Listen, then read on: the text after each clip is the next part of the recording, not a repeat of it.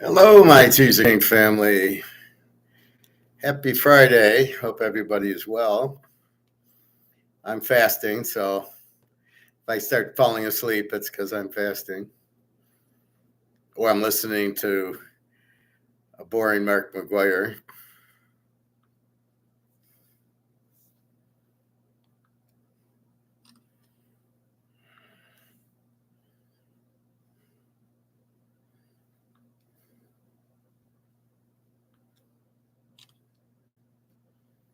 That's better. First one, I had my eyes closed. Okay. So, had fun today. Got paid yesterday, which led me to off to the gold store. Christmas every day. So he had this is a 1 ounce Cougaran, which was I'm getting late. This was $27.93, and he had an Eagle was 28, I think 43. So for $40, gold's gold. I just kind of laughed with him. I says, "Well, should I buy the Eagle?" And he says, "Gold's gold." And I go, "Yeah, you're right." So this ounce of gold is worth the same as the Eagle eventually. And then I got a tenth of an ounce because I was at the store and buying. And so I got that. This was 318, and this was, I said, 27.93. So for $3,000, I got an ounce and a tenth of gold. I did my best Rumpelstiltskin, taking the toilet paper and turning it into gold.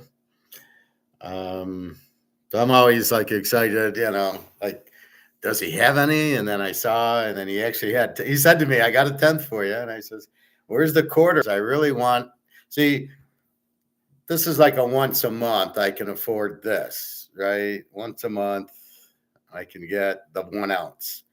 The rest of the time, I don't have the money to buy another 1 ounce. So, but I want to buy gold.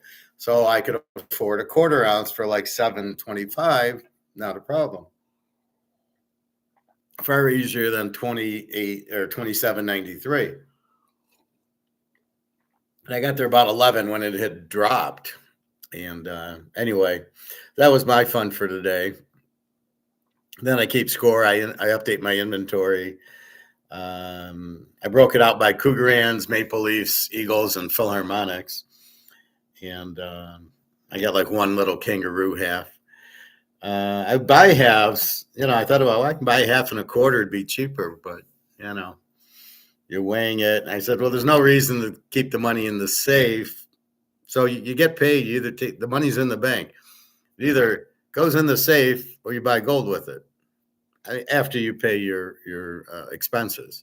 This week I have no expenses. So this is like keep the check, all you can eat. Hey, Teddy Belcher, 4-year-old ride, 21.9, take the Rams. 4K ultra wide. What does that mean? 21.9. Take the Rams. Are we talking take the Rams even or take the Rams in the points, take them in a teaser, play the game under? What exactly are we talking, Teddy? Take the Rams money line just straight. They're going to win. 21. Is that the score? 21-9 or what? I don't know. I need more explanation, Teddy.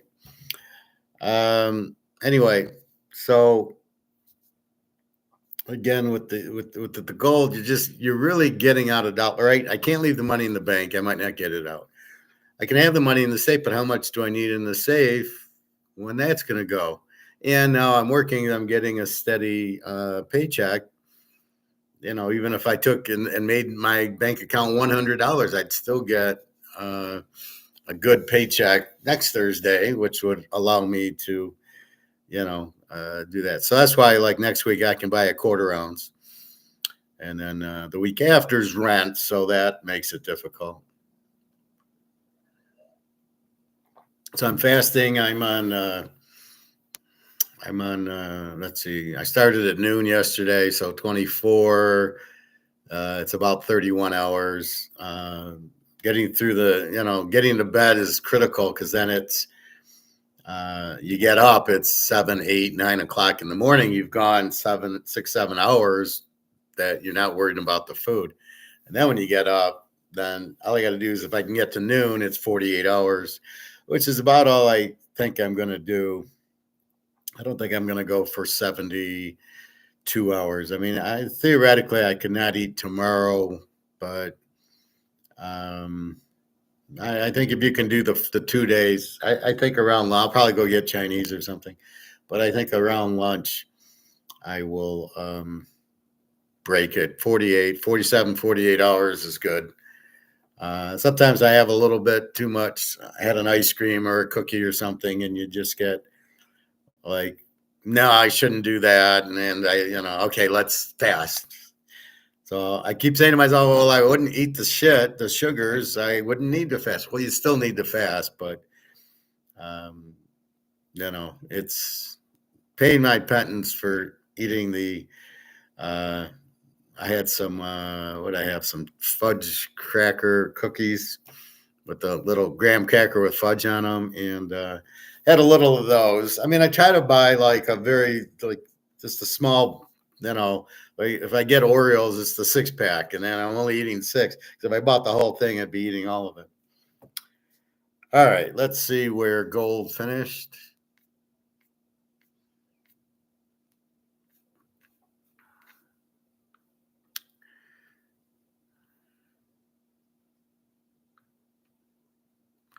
Gold finished at 27.03. It got up to 27.18.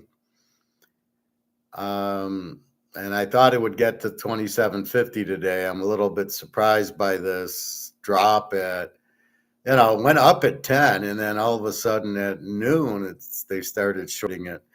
So that was surprising. And what happens is the Chinese come back on at 6 o'clock, but on Friday and Saturday it's closed. So Sunday night it'll start going. I have a feeling with this inauguration, the shit's going to really hit the fan. They want to blame Trump for they don't want to blame Biden for anything because he's the worst president. He wasn't even a president. He was just a salesman working for George Soros. So he doesn't want to get blamed for anything. So they'll piss all over Trump, and then he'll be responsible. Look, Trump took over. Now the economy is collapsing. We're in a depression. Da da da da da. Don't watch Mark McGuire. He had 3 idiots on today, that Andy Schechtman and 2 of the other guys that are just clueless.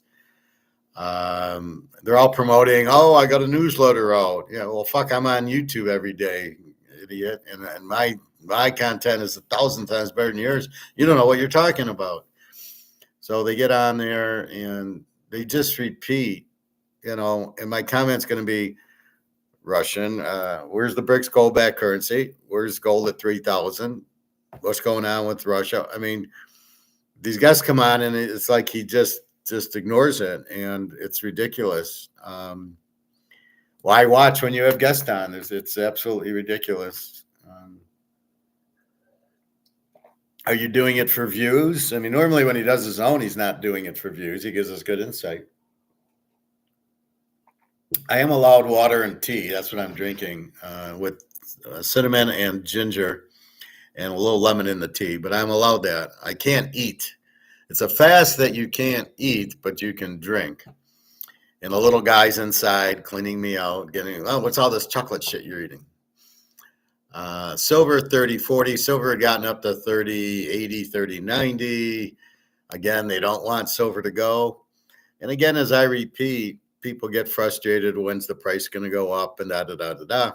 Well, the price is controlled by COMEX and JP Morgan and derivatives. It's not a free market price, which is what you must understand. It's not people buying and selling the gold that's moving the price. It's based on paper and derivatives. It's not real. It's a bullshit price. And, the price is 10 times higher at least.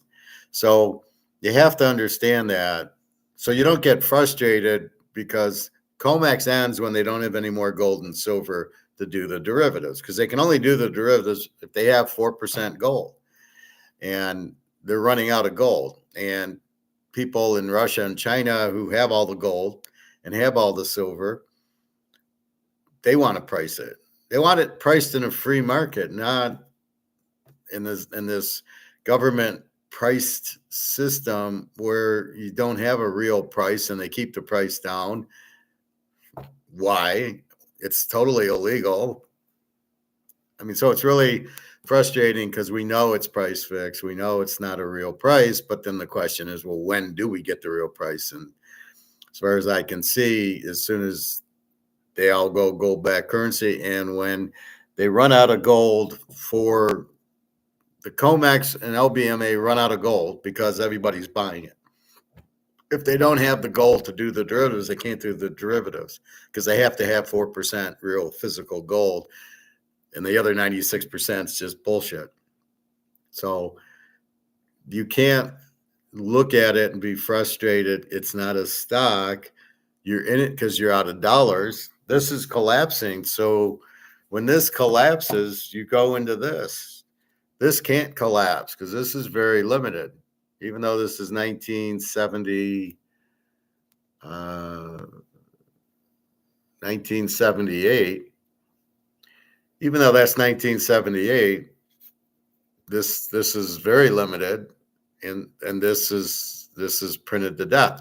This has no value, and it's going to zero. It's at 1 right now, where this is value is going up. So it's a very easy Rumpelstiltskin. Get out of this, get into that.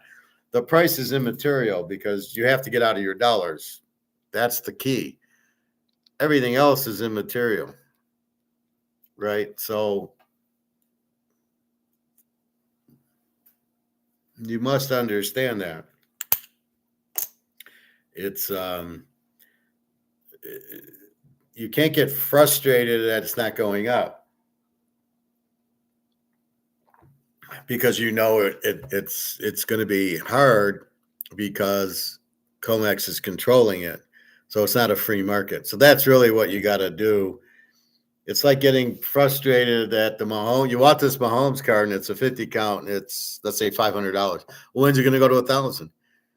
When the market decides it. At least this is a free market item. In other words, if I sell it and you buy it, that's a free market, not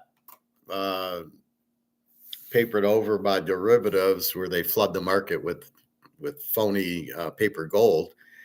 They say, oh, look, but if you understand that you buying physical, all you do is keep it away. Just what you got to say is, well, I know I'm losing money in my dollar, and I know I'm making money in gold. So you just, yeah, I know we all want it the next day, and why isn't it up? But not right now. All right, let's go to football. Now, I'm going to give you the scores of how I see it.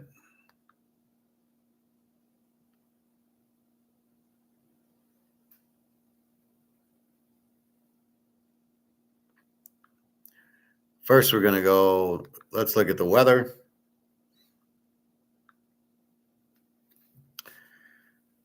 Houston at KC, 23 and clear with 13-mile-an-hour winds. Washington, Detroit, doesn't matter. It's in a dome. The Rams at Philly, 33 and definite snow and 9 miles. So we're going to get snow in Philly, I guess. Heavy snow. Heavy snow, last updated. Snow before 1 a.m., mostly cloudy with a low around 17. Northwest wind around 10 miles an hour. Chance of precipitation is 80%. New snow accumulation of 3 to 5 inches possible. So you got 10-mile-an-hour winds, probably going to get snow, and it's cold. So why would you want the Rams, who are a warm indoor team, playing cold and they don't have a defense? Not quite sure. Teddy Belcher, 4K Ultra Ride, 21.9. I don't know what that means. Take the Rams. I don't know what that means. In our last game, Baltimore Buffalo, chance of snow showers, 13 degrees, so it's going to be a cold one. Chance of light snow, then chance of snow showers. A chance of snow before 7 p.m., then a chance of snow showers. Don't know the difference. Mostly cloudy with a low around 5. Northwest winds 2 to 8 miles an hour. So not a lot of wind. Chance of precipitation 50%. New snow 1 to 3 inches. So snow is possible. You're on the lake. You're not really getting wind, so I don't think there'll be that much snow. But you will have cold. Well, Buffalo plays at home, so I don't think they're worried about it. Everybody thinks Baltimore is a cold weather team, and I got news for you. They're not. Also, I have a feeling that Buffalo will take Henry away and make Lamar beat him, and he can't. So some guy on the radio was saying how Lamar was the better quarterback in the game. I almost drove off the road. I go, are you fucking kidding me? Josh Allen is a lot better than Lamar, but neither of them are in Burrow or Mahomes' neighborhood, right? The best two are Mahomes and Burrow, and you got Daniels and Penix coming up pretty quick. Josh Allen is not in that category, and Lamar is nowhere near that category. Daniels is 10 times better than Lamar already. So keep that in mind. So the cold weather helps Buffalo. They're at home.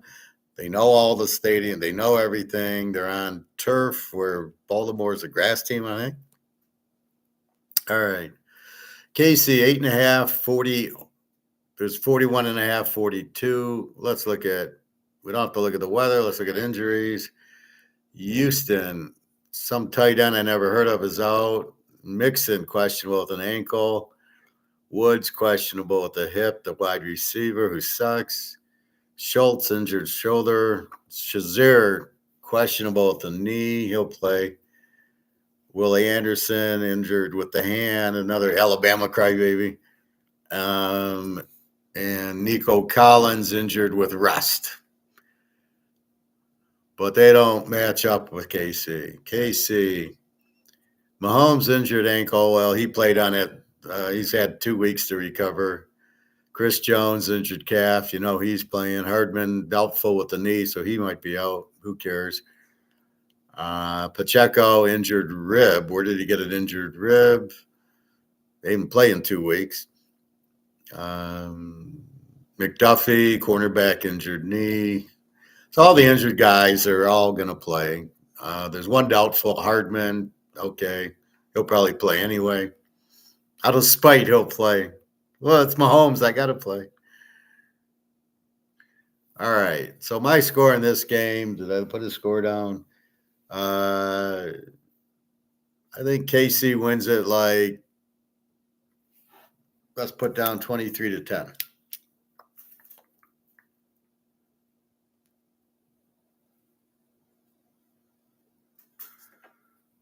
We've seen Stroud in the playoffs. He sucks. He wins that first easy game at home, but then he went to Baltimore and barely got a first down. KC's going to come to play. They want 3 in a row. They're well rested. With Mahomes and Kelsey, I'm not worried about rust. Been there, done that. Maybe they start off a little slow in the first quarter. It will be cold and it will be windy here. But it's in KC, and Houston is another. It's like all these playoff teams in college where SMU had to play in the cold and Tennessee had to play in the cold, and they got killed. Houston, a dome team and a warm team going to the cold in Kansas City. Not going to happen, fellas. Washington, Detroit. Detroit, you can get a 9 and a 55.5. 9.5.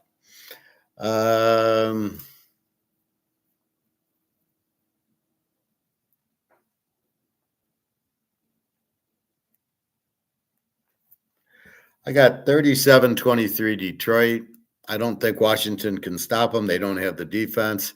The way Washington played defense last week was to try to ball control to keep the ball out of Baker's hands. And when he got it, they scored. At the end, they needed touchdowns and they got field goals. Detroit, off a bye, they beat Minnesota. They beat them bad. Then they get the bye, so they needed the rest. Is fine. You don't get rusty sitting out a week. You get rusty when you don't play in the last week and then you get the bye. So you're really off 3 weeks, but they didn't do that. They were just really off a week. So I look for Detroit to just dominate Washington's defense. And then they're not going to be able to hold Daniels all game, but I think they'll either attack them or something. But I think it's all over for Washington. To win in the playoffs, you must have a defense, and they got a 23 defense. Detroit's got a good defense, but they're not healthy. But Detroit's offense and being at home should help them. Yeah, probably a high-scoring game, maybe. Are they going to try to run the ball to keep the ball out of their hands? This is the other problem. So it could be a little bit lower. But that's even against Minnesota, Detroit still got 31. So I don't see Detroit not getting in the 30s. Penix Daniels, he put up 35 against Philly. They won at Philly. That's the saving grace. They beat Atlanta and they won at Tampa, like I said. So it wouldn't totally shock me if they win this game. But I would be shocked if it's low scoring, and I'd be shocked if Detroit didn't get in the 30s. But I would be shocked. I kind of would be shocked, but not if Washington won. I think maybe they can make it close, but this seems like Detroit just eventually, like they did to Minnie, eventually just chokes you to death. Or the beer game. I mean, they just get you and just keep pounding you, and they go for the fourth down, so they ball control you. But the difference is when they ball control you, they score touchdowns with it. Washington's going to ball control you, but they didn't score touchdowns against Tampa. So Mayfield they got 20 on him. I mean, Detroit will be easily 30. Being at home, being well rested, Washington, like I said, 3 tough games: Philadelphia, Atlanta, and Tampa, and they win all of them. I'll put it this way: if Washington wins this game, they're winning the Super Bowl, because then they would have went to Detroit and won. Then they get Philly, who they just beat them, and then against Kansas City, they have a chance. Not a great chance, but they have. But if they can beat Detroit, they can beat Kansas City. But it's going to be tough because KC's got a killer defense that everybody thinks it's Mahomes. So 37-23 Detroit. Probably high score, should be high scoring, but the way these playoffs are going, yeah, so should the Buffalo Denver should have been high scoring, and Washington Tampa should have been high scoring. How I didn't get to 44 in that game and I get to 43 is unbelievable. All right, next game, Philly 6, 43.5. Number hasn't changed. I don't know what Teddy Bruschi's talking about. Take the Rams. You want to bet me $1,000? I'll take Philly. We'll just bet the game even, no line.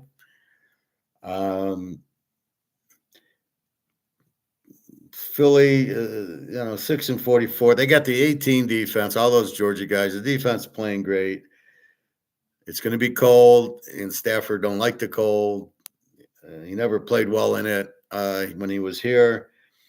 He prefers the dome in the warm weather. Again, just like Houston, you're getting cold weather to worry about and this Philly defense to worry about. And then you got Barkley on the kicker. The Rams really don't have a good defense. Yeah, last week against who did they play? Against Minnesota. Well, they just blitzed Darnold once Detroit exposed. It's like the poker tell. Once Detroit exposes poker tell, everybody's going to blitz him now, and now he's gone. Never to be heard from again, and I don't know how we heard from him now because he always sucked. So let's go Philly 27, the Rams 10. Barkley will get heated. He'll get his, anytime they get inside the 10, Barkley will run it in. Rams can't do that. All they got to do is take away Pukanuka. Uh, Cooper Kupp will be okay, but very predictable offense. Stafford throwing to Pukanuka. Defensively, they can't handle Barkley. It's at Philly, and you're betting the Philly defense. So you're betting the KC defense, and you're betting against Stroud. That's any good. You're betting Detroit, mostly their offense, and Washington's defense isn't that good. And teams with weak defenses don't make the Super Bowl. The Rams are not going to make the Super Bowl with their defense. And then we get to the creme de la creme. Baltimore, 1.5, 51.5 to Buffalo. Buffalo.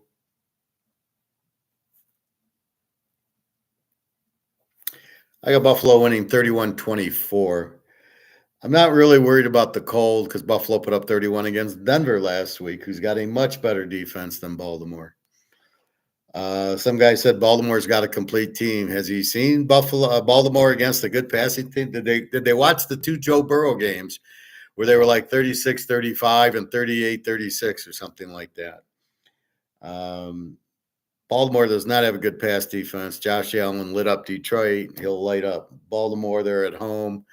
They're determined to get to Kansas City. Lamar speaks for itself. I don't even know if he chokes. He's really just not that good. Yeah, you got Derrick Henry, but when you're down 21-0, Derrick Henry doesn't help you because you can't run him. And if they get it to where Buffalo jumps out to the lead and Lamar's got to come back, it ain't going to happen. We remember that Monday night game in the beginning against Kansas City. Sorry, Lamar is not. He's not good. I don't know why he can run, but running quarterbacks have never won a championship or a Super Bowl. Michael Vick, Donovan McNabb was pretty good, but struggled. Much better passer. You really can't name a running quarterback that's won anything because they're not good throwers. Daniels is not a runner. Mahomes is not a runner. Burrow, obviously not. And Josh Allen is a little bit of a runner, but he's much more of a pocket passer who could run. Yeah, he runs a sweep once in a while, but basically he's in the pocket and he's throwing the ball. That touchdown at the end of the half where the guy got his knee in. I mean, Lamar could never do that. So that's what I mean. So 31-24. Buffalo's a very live dog here, getting over a touchdown, very live. Let me mark my picks. So we got that. I got that. Philly, I got that. Detroit, I've got here. And Kansas City, I got that. And I like coloring. I likes it.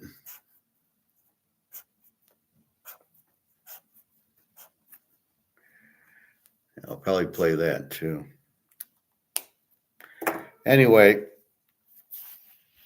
let's go through the teams again. So we got an under team Houston, 22 defense, CJ Stroud, against Kansas City, an A team with an 18 defense and Mahomes. It's not even close. Mahomes, much better. The defense, much better for Kansas City. At Kansas City, they're not losing. Washington's a B team, 23 defense. Daniels, Detroit's an A team with a 21 defense and golf. Washington is 16-2 in a teaser, but Denver was 16-1 in a teaser.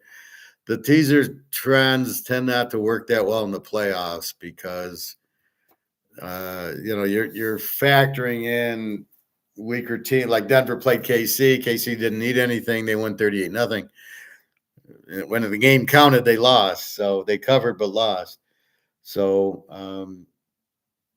Detroit just very explosive offense. They're indoors. Nothing should bother them. Washington does not have a defense. I look for Detroit to come out smoking and Washington kind of scoring late, and you probably get your over. Washington might try to run like they did against Tampa. It's not going to work. Detroit's playing for that. And although you got to be careful with Daniels. So we'll see what Daniels does, but he's very good. He's number 3. Some idiot had Daniels like 7 or 8. I'm like, and he was, I don't know who he had up there, and you're like, really? You don't know what the fuck you're talking about. It's Mahomes, Burrow, Daniels, 1, 2, 3. Then Josh Allen. Lamar's not even top 15. Golf, he's probably 10, 11, 12. If I was to do stuff like that. But I just looked, did they win or not? And how are they in the games? Um, LA's an A team with the 20 defense. Philly's an A team with an 18. LA's kind of unique because they had the injuries, so their stats were a little bit weaker. Although lately they haven't been scoring. They got 26 on Minnesota last week on a pick six, I believe, and some other defensive turnovers. They're not going to get that against Philly, not in the cold. And they were playing for the fire. Well, that's been there, done that. Now they're all in Philly, and they're going to, oh, it's cold here. Uh, Philly's not losing this game. They had a bad playoff last year. They crushed Green Bay 22-10. It's the same team. I mean, the Rams and Green Bay, same offense, same team, and similar score here, 27-10. Baltimore's an A team, 22 defense. Buffalo's an A team, 22 defense.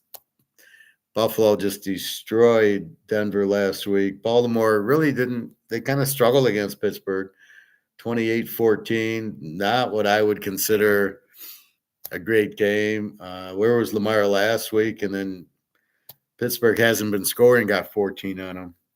Buffalo will be in the 30s. That I guarantee you. Lamar, I don't know. It's going to be cold. He might shiver, and he's from Florida, so we'll see. But those are my picks. I didn't play a lot, but I'm really close to playing a lot, especially now with the weather news and everything. But I don't have them. But I've got double picks in there. So I took a game straight, and I took a game total. Not in the same teaser, but in different ones. And I want revenge for last week's terrible picks. Well, they weren't terrible. It's just what happened. So you notice in the playoffs, the home team does better, especially the home dog, Buffalo. Um, and they tend to be a little lower scoring games. The Detroit game could be over, and then Buffalo, Baltimore. It is cold out, but that's not going to. It was cold out last week, and it didn't stop Buffalo. So Buffalo will really have blood in their eyes. Baltimore will be a little bit scared, I think. Really, a weak win against Pitt, 28-14. But being a road favorite, Buffalo knows they're a home dog, and believe me, that makes a huge difference.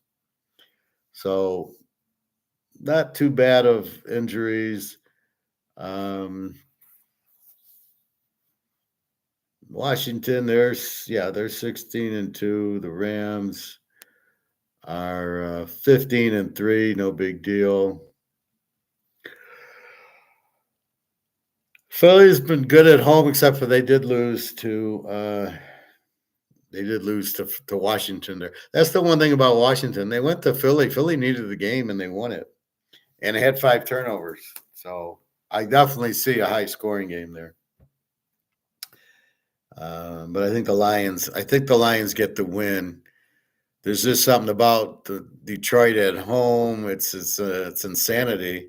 The crowd's acting like they don't have Michigan football, and the Wings won 5 championships, and the Pistons and Isaiah won 2.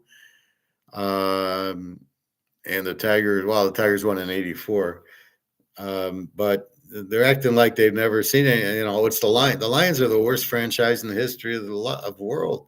They've gone 70 years without winning anything, and we're supposed to get all excited because they got a decent team. They don't have a great team. They don't have a defense, and right now their offense is it's a very balanced offense, which is what you're striving for. So if we look at balanced offenses, we got Kansas City, very balanced. Houston, Stroud's kind of weak. I don't know, is he going to run on KC? He ain't going to do shit on KC. Mixon, he's not going to do shit here. And if you need Stroud, he will not throw to beat you. Mahomes and Pacheco and Kelsey, check mark. Detroit, very balanced running and passing, good offensive line. Washington, Daniels, really not great running, except for Daniels, and they got one receiver, and their defense is suspect. So, against Philly, it was what, 36-35 or 38-36. So it's not like their defense showed up. Against Atlanta, it was like 24-21 or something. And then last week was 23-20. So it's not like they're a very strong defense. And in the playoffs, because everything's intensified and the teams play better, you're not going to get you need a steel curtain, right? You need the Pittsburgh steel curtain defense, or one of those, Miami's defense, or one of these strong defenses. Ronnie Lott, Lawrence Taylor, the Giant defense. If you have that, you can do it. But the Washington does not have that great a defense. Detroit's going to go up and down the field. LA, Philly. LA's not really balanced. It's Stafford and Puka Nuka. A little bit of Cooper Kupp. Tight end got hurt, and the running back's okay. He's no Barkley. Philly has much more balance. McNabb's, they got a good receiver in A.J. Brown. Devontae Smith's not what he was at Alabama. That was just a gimmick. And I know it's Jalen Hurts, but I'm going to have fun. And then it's all Barkley. So it's kind of balanced in that they have good. You gotta play the receivers, but Hurts isn't going to beat you, but Barkley will, and they're a little bit better. I'd rather have the good run game because it's cold, and that's the best defense. And then Buffalo. Very strong running with Lamar and with Henry. Receivers, Zay Flowers. Let's see, Zay Flowers out. I thought he was. Let's see. Zay Flowers is doubtful with the knee. He's out. I didn't check the Buffalo injuries, did I? Kincaid, Milano's. Well, geez, Milano's on the injured list.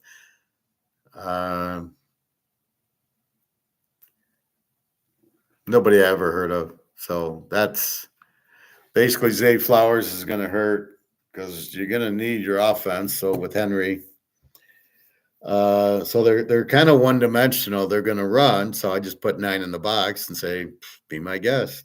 And I would do it the way these college teams would. I would just pressure from the ends, and when Henry gets going, he has nowhere to go. That's what they did with Earl Campbell and the Steelers when they went to their third Super Bowl.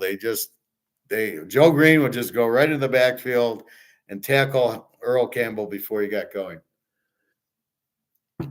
That's why I'm not sold on Henry winning this game, because you need the balance. They don't have the balance. They don't have, Zay Flowers is okay. They got the tight end. That's all Baltimore's got. Buffalo, very good defense. I'd say Lamar with at least 2 interceptions.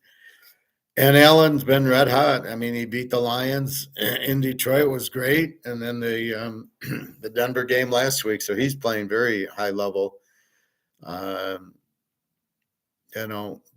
he's kind of the running back and Cook. So Buffalo does give you balance that Baltimore doesn't. Their Achilles is Lamar throwing. He just can't. He's not accurate. Can't read defenses. And then Henry's great, but I think I'm going to key on Henry and then go beat me Lamar, and Zay Flowers is out. So I think a big edge to Buffalo in that game. The guy who says that Lamar is the better quarterback is like in a fantasy world. I was singing the Ohio State fight song yesterday, so I think Ohio State is going to win. Whenever I get that, that's who wins. What do we got here? 8-46 for the crazy college championship. So it was 8.5, so you can get an 8, 46.5. Um, again, I got Ohio State winning 2017. Notre Dame, very strong defense. Sort of like Philadelphia's. You're not getting a lot of points. Ohio State's got an excellent defense. You're not, look at Texas, they held them to 40. It should have been 21-14. And I think that's about what you're going to get, 21-17. Notre Dame against Georgia was a kickoff return and a strip sack at the 5. That's their points. Otherwise, they get 9. And that's about what they're going to get in this game. So under's the clear call here, but not. I really wouldn't take. It's hard to take Notre Dame in 14 in this game, but you can't really trust Ohio State. And I'll keep saying it. Lost to Michigan, and they're getting another very strong defensive team. Oregon was not a very strong defense. They're a good defensive team, but Penn State lit them up, right? And then you get Tennessee, which had no quarterback. And they shut them down. And then what was the other game? Ohio State. Well, they beat Oregon and they beat Tennessee. And then they beat Texas. God, so many games. And they just shut down Texas. Yours is nothing. I was never sold on Texas. They beat Oklahoma. Oh, Oklahoma had what, 2 wins? That was the worst Oklahoma. I don't know why the coach is still there. This is Oklahoma, and the coach is terrible. He's proven he's terrible. I love when they hire these coaches. The defensive coordinator from Clemson. At what point do you think he's a head coach? None. And you're not the school. Let him go to Liberty or Louisiana Tech, and then show me you're good. And then, like the guy who went to Indiana, he was great at. What was it, James Madison? Okay, you proved it. Now we'll take you. That's what Oklahoma need. They need this James Madison. The Indiana coach should go to Oklahoma. So it's really difficult. I think USC needs a new coach. But really, the problem with USC is they don't have balance. They just try to throw, and if really they need a running quarterback. That's his system. I'll send my receivers deep, and then my quarterback will run. But Caleb is not a runner. And this Matt Miller, Moss, whatever, wasn't that a runner. Maivia is a little more runner, the guy from Vegas. I thought he should have been the starter the whole year. They would have been much better. So I think that's what you have here. I think Notre Dame's defense, I think it's just a defensive struggle. And that's about it. I mean, that's played under, it's 50, right? It's 40, 46 and a half. I go under 52 and a half. You'll never see anywhere north of 40 in the game. I just don't see it being, how are they going to score? Riley Leonard, and don't think Notre Dame's going to let the wide receiver run like Oregon did. All right. Anything else on football? Just bring it up. I'm going to start talking. We got some stoic videos, and Mark McGuire, like I said, do not waste your time. It was a terrible show. Again, I don't know what he's doing.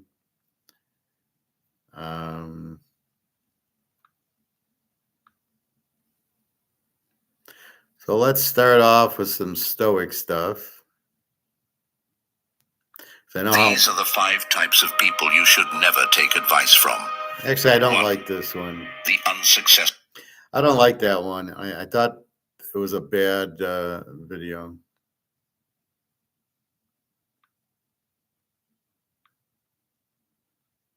Here are 4 secrets that should never be shared, according to Stoic wisdom. 1. Your next move. Epictetus warned, don't announce your intentions to the world before acting. Your plans are your strength. If you speak too soon, you give others the chance to undermine them. 2. Your struggles. Marcus Aurelius said, keep yourself simple, pure, unpretentious. Don't seek sympathy. Strength is in how you handle your challenges, not in sharing them for attention. 3. Your fears.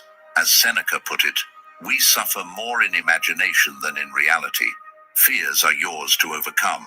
Don't give them power by speaking them into existence. 4. Your self-discipline. True discipline isn't flaunted. Actions, not words, said Epictetus. Your habits and routine should be silent but powerful. Let your results speak for themselves.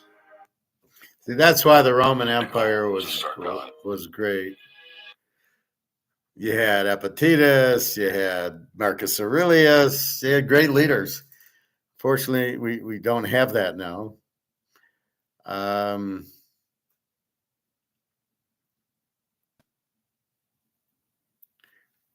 Let's see.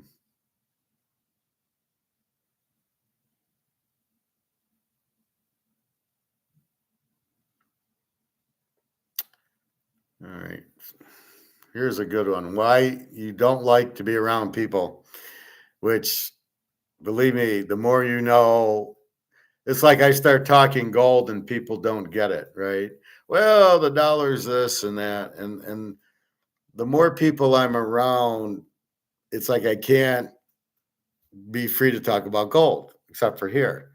So when you got people that don't understand it and they start, kind of disagreeing, you're just like, oh, fuck off. There's no, what am I going to, I got nothing to say to you. And then your whole principle and your whole theories and logic doesn't make any sense to me because you can't understand that gold is the only thing to buy right now and get out of the dollar. If you can't understand that, why do I want to have a conversation with you? And most of the people are like that. So it's like you're just wasting your time and energy trying to prove it or trying to listen to them. So you're just like, no. All right. So let's listen to Epictetus, Marcus Aurelius, and the Roman gang who had gold-backed currency. So they knew what they were doing. Imagine this. You're at a party. Everyone's chatting, laughing, connecting, but you feel out of place. A strange mix of anger, sadness, and exhaustion washes over you. You start questioning, why can't I just enjoy being around people like everyone else? What if I told you you're not broken, and that ancient stoic philosophy might have the answers you've been searching for? Stay with me, because by the end of this video, you'll see your solitude in a completely different light. It's just 4 minutes. Reason 1, the distraction of noise. Picture this. Marcus Aurelius, the Roman emperor, sitting alone in his chambers. His world, filled with political chaos, betrayal, and endless noise. But instead of letting it consume him, he wrote in his journal, "Nowhere you can go is more peaceful, more free of interruptions, than your own soul." You don't hate people. You hate the noise that comes with them, the meaningless chatter, the constant opinions, the endless drama. Modern life amplifies this. Gossip, notifications, the pressure to respond to everyone immediately. Deep down, you crave clarity, focus, and the stillness that only solitude can bring. Reason 2, the judgment of the crowd. Let me take you back to a famous moment from Epictetus. He taught that most people are caught up in trivial things, judging others while failing to fix their own lives. Doesn't it feel infuriating when people criticize your choices, your ideas, your dreams? That anger you feel isn't irrational. It's a natural response to the judgmental nature of the crowd. And it's why you seek distance. But here's the twist. Epictetus reminds us that their opinions only matter if you let them. You're not running from people. You're running toward a life of freedom from judgment. Reason 3, the drain of energy. Ever leave a social interaction feeling exhausted? It's not just you. Seneca once wrote about how society can drain us, like an invisible thief stealing our time and energy. Think about the energy you spend pretending to care about small talk, keeping up with others' expectations, or suppressing your true self just to fit in. You're not lazy or antisocial. You're protecting your energy. The Stoics teach that time and vitality are precious, and wasting them on shallow connections isn't just unwise. It's a betrayal of your own life's purpose. Reason 4, the fear of inauthenticity. Now let's talk about something that hits hard. Fake relationships. You know the type.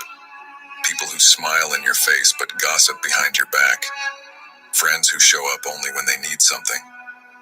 Zeno of Citium, the founder of Stoicism, believed that authenticity is the foundation of a meaningful life. The reason you pull away from people isn't because you dislike connection. It's because you crave real connection. And when you don't find it, solitude feels like the better option. Reason 5. The desire for self-mastery.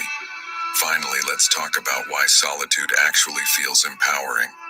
The Stoics believed that the most important journey is inward. They didn't see solitude as loneliness. They saw it as strength. When you're alone, you're not just avoiding people. You're discovering yourself. You're reflecting on your values, your purpose, your flaws, and your growth. As Marcus Aurelius wrote, you have power over your mind, not external events. Realize this, and you will find strength. So the next time someone says, why don't you like being around people? Remember this. You're not broken. You're discerning. You're choosing stillness over noise, self-growth over shallow interaction, authenticity over pretense. That's not weakness. That's wisdom. And if this resonated with you, let me leave you with a challenge. Don't just watch this video and move on. Act. Subscribe to the channel for more Stoic insights. Yeah. Like this video. We got it. All right.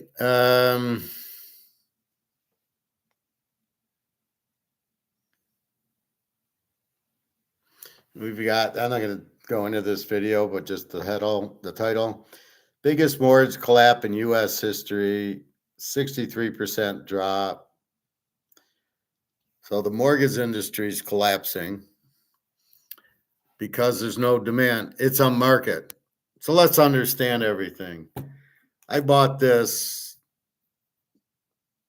at the coin store because there's a market for it. He's selling and I'm buying. That's a market. And I bought this because I could find it in the market and there's a demand for it. The reason the demand is the dollar's basically worthless and I am just trading toilet paper for gold. Sounds like a good idea. So there has to be a market. So when they say the housing market, biggest mortgage collapse in U.S. history, it's just simply there's no market for it. There's no demand. The market's down here at 100,000. You're trying to sell houses at 500,000 with heavy inflation. So my money's going elsewhere. So I can't go buy a house now. I can't go buy a car. No, I mean I could, but and you know, if you have a job still, and there's a lot of layoffs, more layoffs, have another 15,000 somewhere. And so if you don't have a job, you can't buy a house. So there's just no market for it. People need houses or apartments or whatever. And they probably have their own house. They probably they can't sell it for anything. So they just stay there because I can't get what I want if I sell it. And then if I do sell it, the interest rates are so high, my mortgage is going to be so high. So that you've killed the market. Not that people don't have houses, but they're not. In order to sell it, you have to buy a new one, and this is not. Nobody's got extra money to buy the house, so that's it. Now you got all California, LA devastation. That's taken a lot of supply out of the housing market. Maybe Larry Fink did this with his real estate bullshit, because you've gotten. So now they've got to rebuild all these LA houses when the fire ends. You're going to get killed in insurance. The insurance you pay for your homeowners, I don't know about the car insurance, but for sure the homeowners insurance will skyrocket because insurance never pay. They're like the mafia. They never pay. Crime doesn't pay. So what'll happen is they'll raise the rates because you file the claim because we got to pay for all these houses. So they probably won't pay for half of it, or they'll be very limited. And then the people that are with those insurance companies are going to get tasked with the bigger premium. And so we get fucked because of these fires. So, welcome to idiot land. So that's what you have. The other one I watched yesterday was on the car market collapsing. If I can find that one. India currencies crisis is spreading. So India is going bankrupt. UK economy under pressure. They're going out. France and Germany are going out. Italy's going out. Japan's going out. And China's market, their other housing, there was Evergrande, right? And there's another one. I don't recall the name. They're bankrupt. And they're even bigger than Evergrande. And they have all these bonds and they can't pay them and they're going bankrupt. That means everybody gets laid off. That means people who bought the houses are fucked because they didn't build them. I mean, it's just you can't, you keep getting your economy killed. And then you want to subsidize the electric cars that get shipped out. Now, I have a issue with, I was watching a video about GM and Ford being in trouble. And they started talking about the electric cars. I'm like, there's no electric car demand here. It's very, very small. Their problem is losing money building the electric cars and making plants, and then they can't sell them because China is selling the electric cars very cheap. Well, where are they getting the money for that? They're all collapsing. And that's what 60,000 tons of gold does for you. So India's in trouble.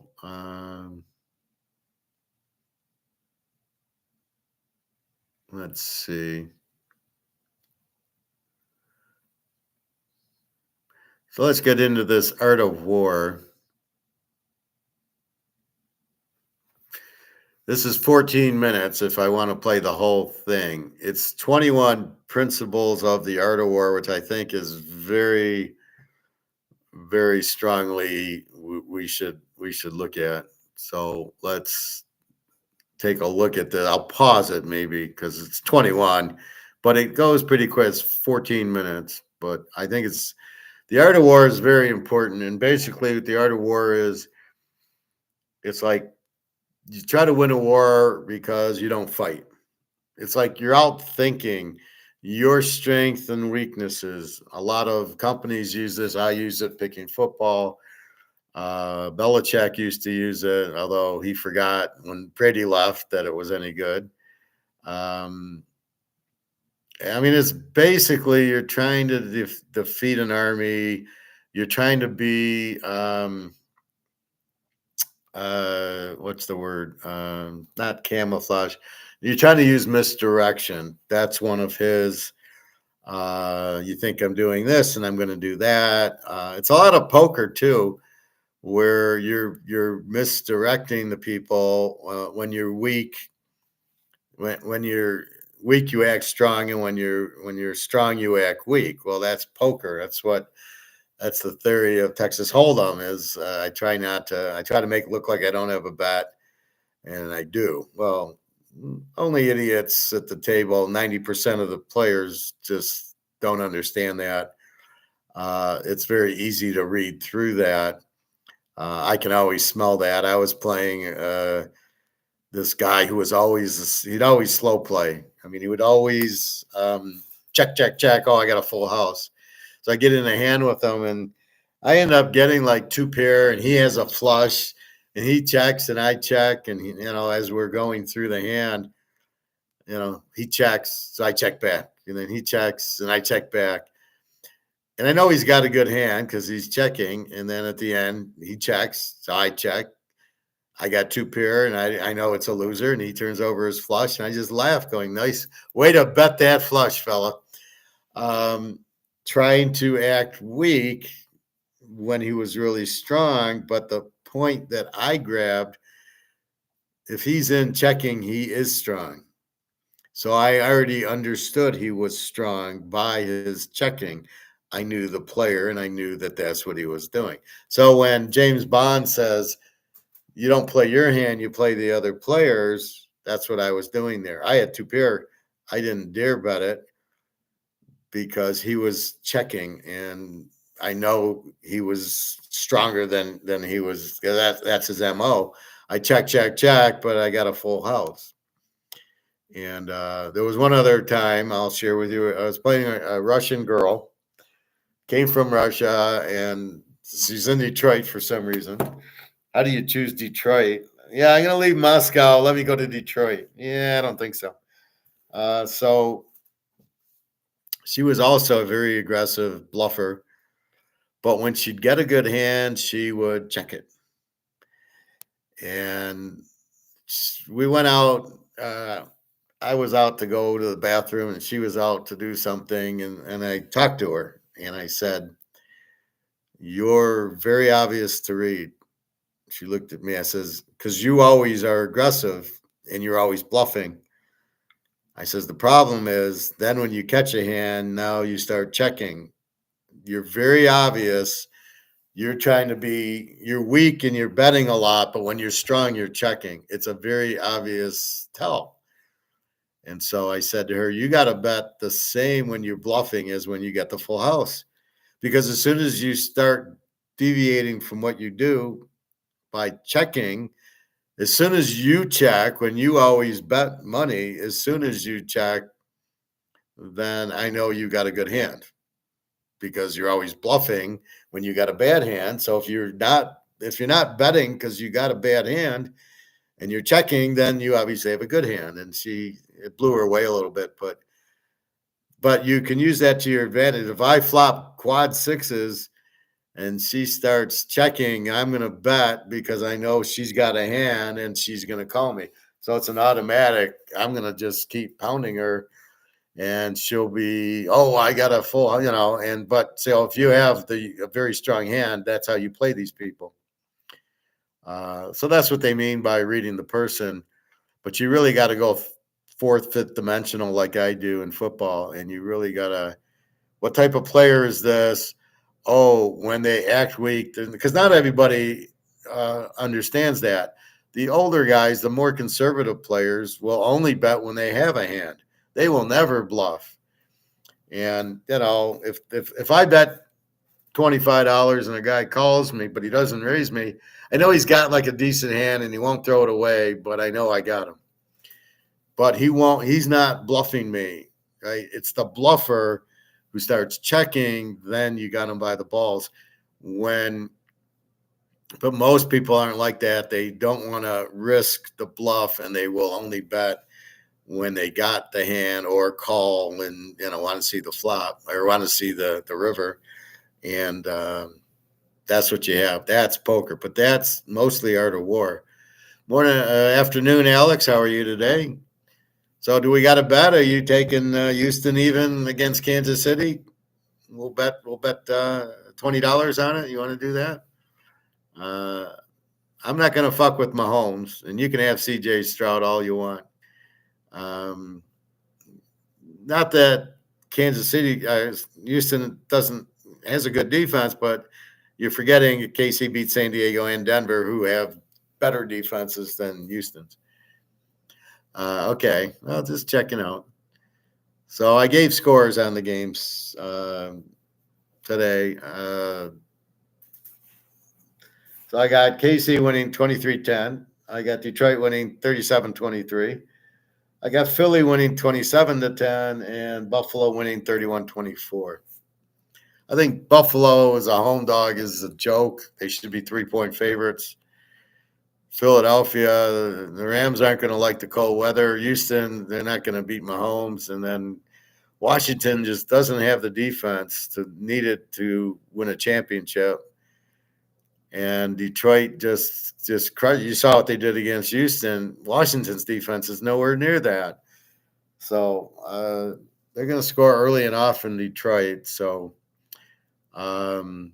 that's my point. And then I like the Notre Dame, Ohio. So, well, you know how I like that. You got the pick.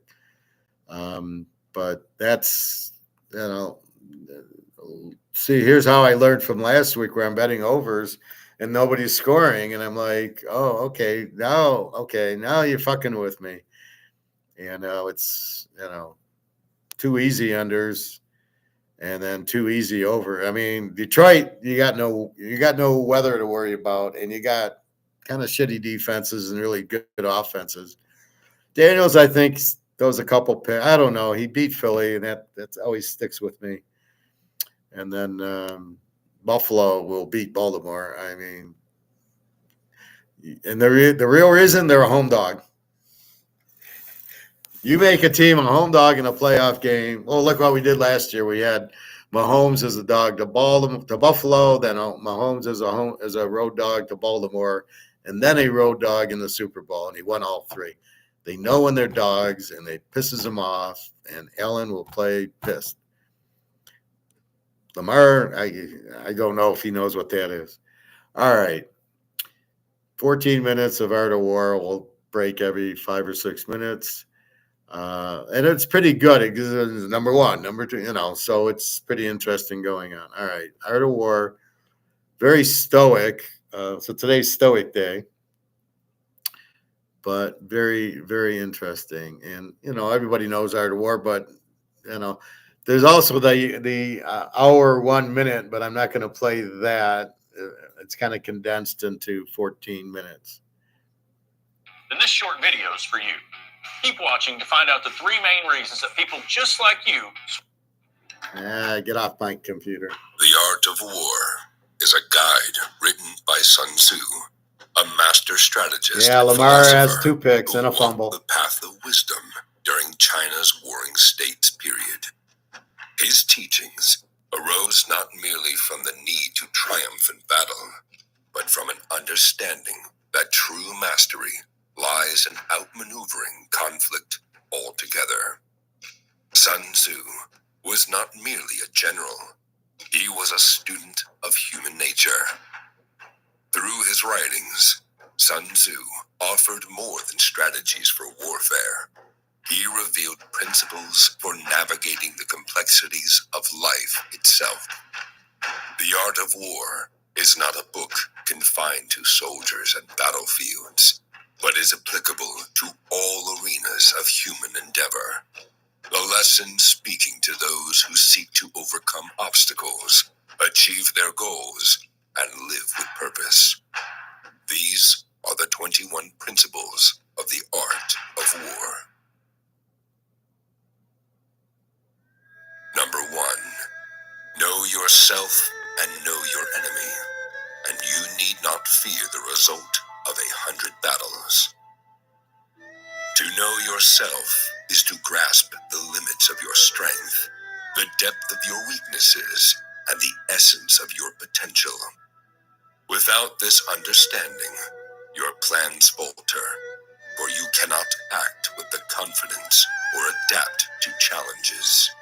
To know your enemy is to unveil their intentions, strengths, and vulnerabilities, ensuring their moves cannot surprise you. Balance both insights, and you hold the key to mastering every situation, for no battle is ever lost when both your heart and your opponents are laid bare.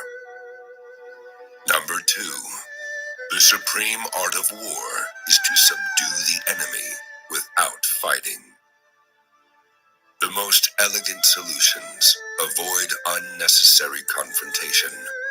Winning a conflict without direct confrontation is the pinnacle of skill. Persuasion, strategy, and understanding often triumph where brute force fails. Seek resolution that spares energy, resources, and relationships. Number 3, opportunities multiply as they are seized. Every step forward creates a pathway for future growth. Taking action generates momentum, opening doors you never knew existed. Hesitation, on the other hand, allows opportunities to wither and vanish. Embrace action to cultivate a fertile ground for future success.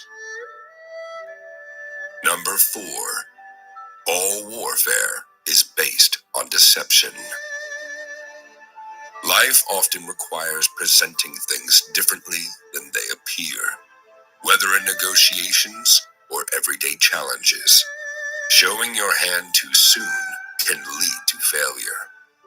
Control the narrative and use strategy to stay one step ahead. Truth, when paired with discretion, is a powerful weapon. Number 5. See, that's a really good one, the deception.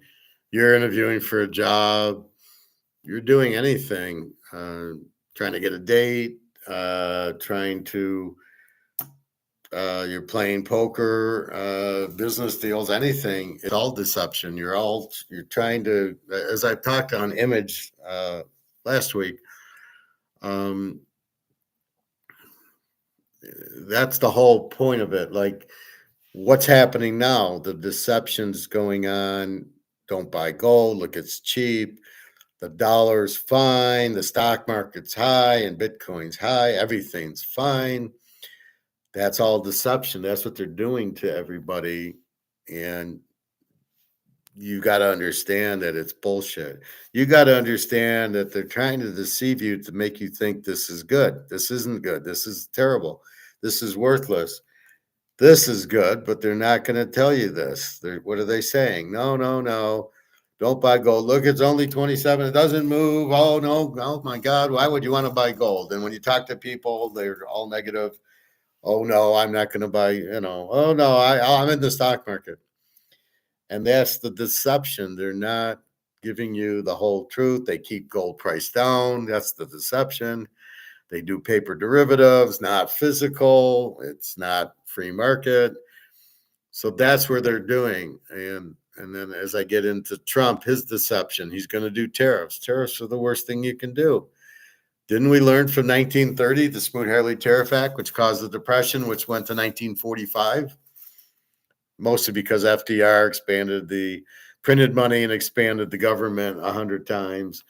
He was a terrible president. He caused the war and everything else. So this is the problem. Trump's deception. What did he say? Well, I'm going to end the Ukraine war in one day. As soon as I get in, one day it'll be done. Now it's like, well, maybe 3 or 4 months. And Putin's like, the war will not end until we know Ukraine will not join NATO. Now, I don't know what he's so upset about joining NATO, but in my mind, Russia really owns Ukraine, so why don't they just take it? But okay, they're fighting. I guess it would be like the U.S. fighting Alabama. It's ours, but we're gonna fight for it. But that's the problem. So the deception, he's gonna, I'm gonna end the vote for me. I'm gonna end the Ukraine war in one day. Oh, I mean, that's great. We want the war to be over. We got friends in Ukraine and Russia. Great, end the war. Well, maybe not one day, maybe 6 or whatever, maybe 6 months. Then I was watching something on, what was I watching? It was some guy, they were talking about Reagan doing the same thing Trump wants to do with this eliminating government and getting it, smaller. And at the end of the day, they can't because everybody in power doesn't want to lose power. And that's how they get their votes. So it doesn't matter if it's worthwhile or not, it's they get votes. And that's all these governors and senators. It's a stupid system. It's now based on what do you call it? Lobbyists who pay them off, and that's they do what they get paid for. So that's what you have. That's the problem. There's no way. I mean, what's Musk doing? All right. I mean, this guy's not all there anyway, but what is he doing? Yeah, going to cut government waste. Yeah, people are going to listen to you, Musk. Yeah, sure. He's just digging around trying to get contributions. He's trying to get lobbyists to pay him, and then he'll leave them alone. So he's probably there going, okay, we're going to cut your department. Well, we'll pay you. Here's $10 million. Oh, okay, fine. We won't cut you. He can't cut. They won't allow it. Trump really has to just cut. He's the president, but he doesn't know what he's doing. So it's a very disastrous thing, the government. It's a lot of, but they try to sell it as just like 9/11. It was a gold robbery. Oh no, it was a terrorist attack, so we can go invade Kuwait and get their oil. That's all that was. Or we'll kill Saddam Hussein. He wants to have a gold standard. We'll kill the other. What's the other guy? I can't think of him. He did 9/11. No, he didn't do 9/11. You did 9/11. Where were the jet fighters? Where were they? And how did the buildings implode? But they're trying to sell it. It's the deception that no, they did it when really this guy did it. That's what magic acts are, but that's what the government is, and that's what gold is. So you're being deceived to think this isn't valuable and to think this is. And I was talking to a guy in the pool. I saw him at the grocery store, and so I was at the grocery store today getting some stuff, and I noticed how the veggies were getting expensive, and the eggs were like, well, there's something with the cage-free stuff in Michigan, I think, that's causing the prices to go up, but it's all bullshit just so they can get higher prices. We got to create this cage-free stuff so we can get higher, so we can justify marking the eggs up from $3 to now. I got a pack of 12 for $5. The pack of 18s were $7. They used to be $5, so it's a dollar or two increase. It'll go down to the market if the market will allow it. If the market says no, we're not paying it, the prices will drop. If the market says okay, in my case, I need eggs, so I will pay more because I have eggs every day. It's the best thing you can have with avocados. So I eat them. The protein is the best thing you can have for yourself. And then you throw the cayenne pepper and the Celtic salt on it, and it's a winner. So again, it's all about the deception. Women do that all the time. I mean, you guys tell me, oh, they're asking for money. They're not, that's the deception is when the pretty girl comes up to you at the bar, run because she wants your money or something. My friend, she only calls me when she needs something. You got to be careful of that too. So you got to watch out. That's why it's you don't want to be all alone, but you want some friends, but you got to have friends you can trust, sort of like our class. And that's really what you have. But a lot of people are deceiving the pretty girl. Well, I know I'm pretty and I know guys will do anything for me. So, and that's what they do. And they start that's so you got to read all that. So you got to be smart enough to read the deception. Oh, you just want you're just being nice to me for money. And so you go along with it until they start asking for the money, and then you simply fade. But when the pretty girl comes to you and doesn't want money, then that's okay. But when they're nice to you and then yeah, can I have $100, this and that, and like they don't want you, they just want your money. You're being used, so we're stoic. We don't want to be used. So anyway, that's what's good about the deception part. So there's a lot you learn here in the art of war. It's you're not showing your hand. You're being deceptive.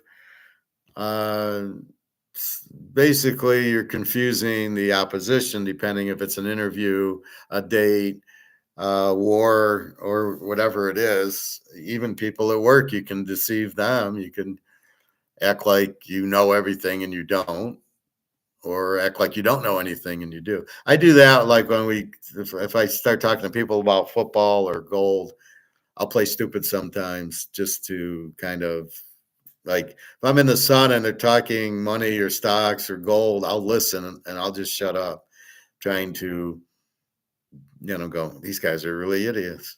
All right, a little bit more out of war. In the midst of chaos, there is also opportunity. This is number 5. When everything seems uncertain, the clever find hidden advantages. Moments of disruption create space for creativity and bold decisions. Fear blinds many, but clarity in chaos leads to breakthroughs. Stay calm and let chaos be the forge of your greatest achievements to come. Okay, so this is exactly what he's talking about. The Titanic sinking, what happens? Chaos. Everybody's freaking out. They're all looking for the lifeboat. They all start realizing the chaos as they start realizing the boat sinking. In our world, we realize the dollar's sinking. Only we realized it 3 years ago. So the dollar's sinking, it's being printed, it's going out, it has no value. That's the chaos. When people who aren't buying this start realizing this is worthless, the chaos comes, right? But we remained calm. We were clever. We knew that this was the only way out, that this can't lose value. In fact, it should be much, much higher, and it will be. It's very limited, and there's huge demand. So we understand from an economic standpoint, low supply, high demand, high price. And you kick this in, and you, like I did today, this was $2,800, and I knew what good's my 2,800 of this? I could have kept it, but it's losing value. This is only going up. So in that world, we're being clever. We're clever. We figured out this is the chaos, and we figured out this is the lifeboat. And that's what he's talking about. So as everybody freaks out, people don't know yet that the boat's sinking. But they're starting to see the higher prices at the grocery store. I'm showing you all these countries that are going out, that are going bankrupt, the UK, Germany, Italy, France. What was the one today I showed you?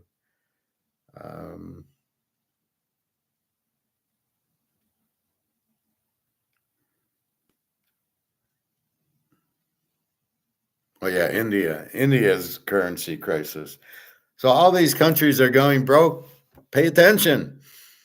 All the central banks are buying gold. Pay attention. All the BRICS coming out with a gold-backed currency. It's coming.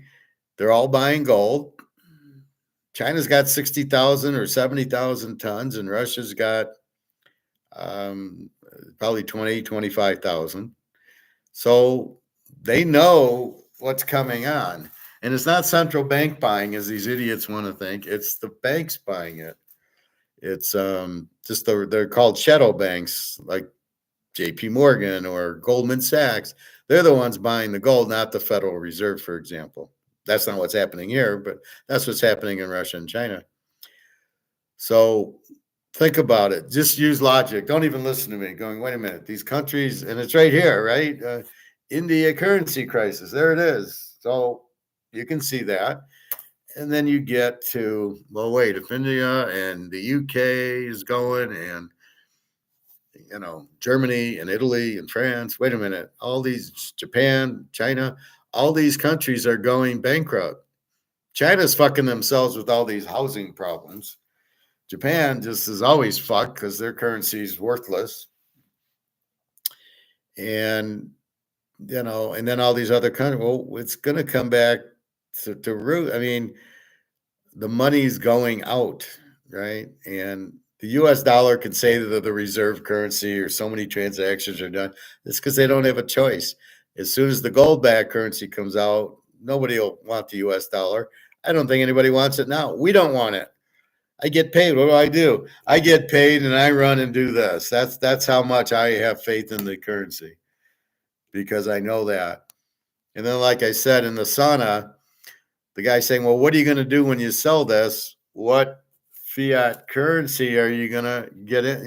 So I'm going to sell this for this. I said, no, you don't get it. This is worthless also. This is the currency, is going to be gold with with little animals on it. This is the currency, not this. So this is gone. This because you can't print the dollar if it's not backed by this, it's worthless. That's why dollars have value, because they're backed by gold. But because they're all the mafia wants to run it, George Soros, who's mafia, wants to run the governments, they want to print the money.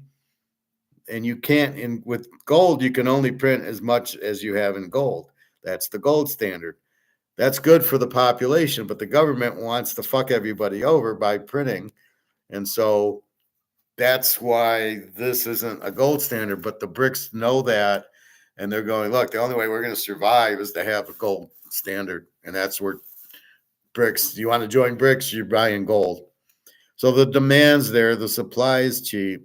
is very limited.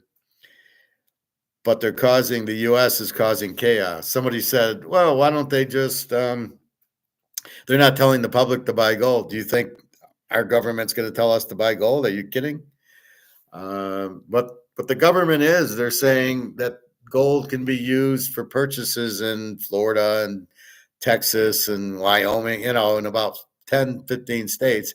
Although this cost me $318 today. I am not using this to purchase anything at a store at these cheap prices. I'm waiting till this will go to 20,000, which means this goes to 2 or 3,000. I paid 300 for it. Yeah. But I'm not even gonna. I'm not looking to sell it. This is basically, let's say you got $1 million in the bank in cash in this shit. You're fucked. But what do you do with the money? It just sits in the bank, right? Do you ever ask why the US dollar isn't going up in value? Never. And it's actually losing value, but what do? You just accumulate more and more of this bullshit and you put it in the bank. You get paid. Oh, good. That's more money in the bank. But it's worthless. But even if it's not worthless, you're not selling your dollar. You're just holding the dollars. You're accumulating the dollars. But you're not selling them. Maybe you sell them for a stock, or you sell them for a vacation, or you sell them for a house. But you have $1 million in the bank. You're not selling it. You're basically just keeping it and going, oh, I get interest on it, and you're all happy. And so how is that different from gold? So if I get 100 ounces of this, what's the difference between this and having it in my bank account? Having this in my bank where it's just sitting there collecting dust, losing value, as we know. Unless it's backed by gold, then it doesn't. So why, if I don't care about the value of this, is the dollar going up? Why isn't the dollar going up? It's at whatever. Why is everybody so worried that this is 2,700? When's this going to hit 3,000? When's this going to hit 3,500? Why is everybody? This is money. This is no different than this. And you never ask when is this going up in value? Maybe it never is. It's always losing value because they're always printing it. But even when you got it, you're not asking why isn't it going up? And yet in gold, when's it going to go up? Why isn't it? Well, fuck, you paid $250, $500, $1,000, $1,500 for it, and now it's at 2,700, and it's only going to go up because of the demand, and that's what economics is. You have a limited supply and very high demand because people know it's limited. This is like a Rolex. You buy Rolex because they're limited. If you buy one, it's going to go up in value. Plus, it's a Rolex because of the demand for Rolex and the limited supply of Rolex. It's perfect. A PSA 10 Joe Montana rookie card. Why is it worth $100,000? Because there's not a lot of them, and he's a very highly demanded player, just like Tom Brady or Michael Jordan. So because of that, or of course Mays. So because they're very limited, the PSA 10s, there's probably not a lot because that card was very much off center. It took me months to find a fairly centered, mint condition Montana rookie. And so people will get into it because it is a PSA 10, because it's limited, draws buyers in. If it's Montana, the demand's there. If it's Joe Smith, nobody gives a fuck. And just because it's a PSA 10 doesn't give it. I go into 1965 Topps Baseball PSA 10. I don't see anything. I see maybe one or two oddballs that are worth $50. But the Mantle, the Mays, you don't even see them in 10s. But if you see them in 9s, there's $60,000, $70,000 for the card because it's limited. Because who has PSA 9s, 1965 Topps, and then the demand of the superstar Mays, Aaron, Mantle, Koufax, Gibson. I mean, that's what triggers it. So this is like a PSA 10 Mantle card. It's very limited. It's very much in demand. Does it matter to buy this which is I'm pointing out this is American. This is a Cougaran, right? This is an eagle. Does it really matter? See, my point is gold's gold. Gold's valued at 2,700, not Cougaran 2,700. And if this was an ounce, the eagle 2,800. No, gold's 2,700. That's it. Gold, not so an ounce of gold's an ounce of gold. I asked the guy, well, should I spend $40 more on the eagle? And I thought, no, that's stupid. I could then get the 10th ounce with the savings I got. It went towards buying the 10th ounce today. But I didn't buy silver. One guy was in the store buying silver, and I says, "You're not buying any gold?" And he says, "No, just silver today." And I just kind of laughed, like, "Well, at least you're buying something." So the deception is there that gold's not the answer. They'll talk deception in football, like Lamar. He's the MVP. He's not anywhere near the MVP. The MVP this year should be Joe Burrow. Oh, wait, but the MVP had, like in college, they have to go undefeated to win the Heisman, or the MVP in the NFL has got to be a quarterback on a winning team. No, the best player in the league by far this year is Joe Burrow. That's it, not Lamar. And then, so you get into the playoffs, and what are they? They're misdirecting you. Oh, look at their favored. Look at it's Lamar. He's the MVP. Josh Allen. Lamar is not the MVP. He's not close, and this is the problem. But they're misdirecting you into believing that Lamar's that. Fortunately, with me, and you have me, is that I can read through the bullshit and going, Joe Burrow's the best player. And KC's not they'll be in the Super Bowl because both Baltimore and Buffalo are mind fucked by Burrow and Mahomes. He keeps beating them. And that's the problem. But that's the deception part of it. And it's very key. And they use it on us all the time, right? The government, that's all they do. And then if you catch them, it's a conspiracy theory. What does that mean? A conspiracy theory against what? You're fucking lying. You're lying about 9/11. You're lying about the 2008. I love how they call it a financial crisis. No, it was a housing crisis. It was people not paying their mortgages because they had no credit and they never should have got them in the first place. That was 2008. It's not a financial crisis. Everything's a crisis. What a bunch of idiots. But that's what it was. It was not financial, except for people couldn't pay their mortgages. And then the banks, we had to bail out I love how the taxpayers bail out the bank. No, the banks bailed out the banks. The banks ran the government and said, I lost money, bail me out. It's got nothing to do with the taxpayers. Unbelievable. But it's all deception. And that's the beauty of this art of war. You can use it anywhere. Like I said, the girl pretending to like you because she wants your money. That's a really bad, that's a real tough deception to find. Because even if she's not after your money, you still think, if you're a rich guy and there's this pretty girl, you still think she's after your money. Even if she says, I'm not, you're going, yeah, you're with me because I have money or I have a nice car or whatever. All right. So back to Art of War. Number 6. He will win who knows when to fight and when not to fight. Picking your battles wisely ensures your strength is not wasted. Not every conflict deserves your time and energy, so discernment is essential. So let's take that into me in the hot tub. You start talking gold and the guy doesn't care. Well, that's a battle.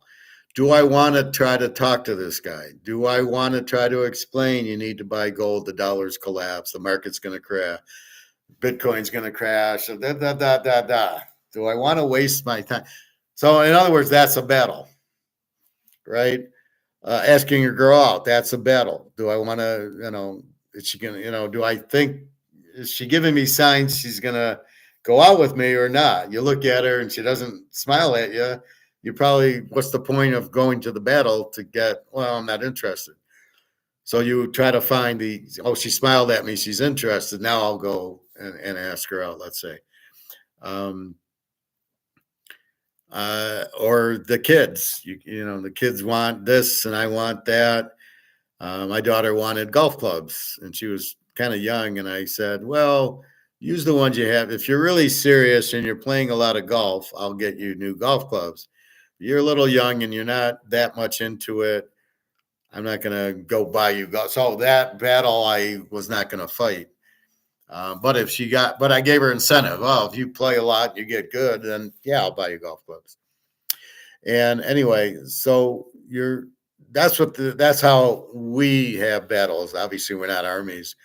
It's, do you pick a fight or not? And in my case, do I talk about gold or not? Is picking a fight. Because I'm trying to convince them to buy gold. Well, if they're not interested, it's a fight I got to walk away from. It's not a good fight. It's not a real fight, but it's taking my energy. So a lot of times I don't even want to talk. I just want to relax. That's why I go to the pool and the hot tub. And if it's somebody that asks me about it, then I'll have a conversation with it.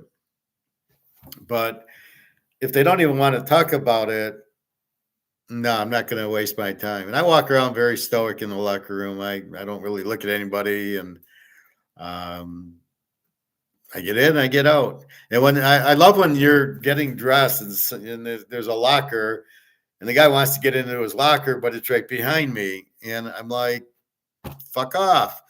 I'm right here. I'm putting my shoes on. When I'm done getting dressed, you can have your locker. Why am I moving? Because you have a locker behind me. No, you're discourteous to me. You're not. Well, wait, I'm getting dressed. I could move if you ask me nicely, but if you just come there and huff and puff, I'm not going to move. Who are you to tell me what to do? So keep that in mind also. So it's like Bobby with his kids. You got to be, when do you argue with your daughter about gold and when do you just say, yeah, you're right. That's why, like my brother, I don't talk to him because it's exhausting, and I couldn't be right no matter what. I could tell him buy gold, he wouldn't buy it, and it's a very exhausting. He's a vampire. It's a very exhausting conversation. You get drained off of it, and there's no winner, and that's it. You just sit there going, I'm better off not talking to you because you're just. It's a fight I don't want to have, right? And that's the problem. Anyway, let's get back. Wisdom lies in retreating when necessary and engaging only when it matters most. Reserve your strength for battles that truly define your path. Number 7. Appear at points which the enemy must hasten to defend. March swiftly to places where you are not expected. The element of surprise is your ally. Keep your intentions flexible and unpredictable, avoiding patterns that can be anticipated. Strike where resistance is weakest and opportunity is greatest. Success often comes from going where others cannot follow. So that's like football or poker. So in football, I don't want to keep running the same play on 3rd and 2. Oh, I'm going to run up the middle, or I'm going to do a sweep, or I'm going to do a jet sweep, or I'm going to, a quick pass. Or every time I'm in the shotgun, I'm throwing. You can't telegraph what you're going to do. Then they know what you're going to do. It's not going to work. So that's why sometimes you hike it to another guy, to the running back, you play action pass. That's why the Dave Casper pass works so well for the 74 Raiders, is because they basically faked it into the line and threw to the tight end, which the defense was expecting the run up the middle, and they got the pass to the tight end. So they were off balance. They deceived them. So a lot of it's this deceiving not being so obvious. I might not text Daria every day just to get off balance to see how she reacts, or I do text her. So you're trying to do, you don't want to be too obvious in things. Although, with your family, you're going to be more consistent. Dad's home and we're going to go to dinner. Oh, okay, great. Yeah, I mean, and you're not going to lie, but you want to change patterns a little bit so that you really don't want to be read. At poker, you're doing that all the time. You're really setting it up, and you do a certain move. Sometimes I check when I got a good hand, and sometimes I check when I got crap. But you don't know what I got. And then sometimes, I get aggressive when I do have a hand, and sometimes I get aggressive when I don't.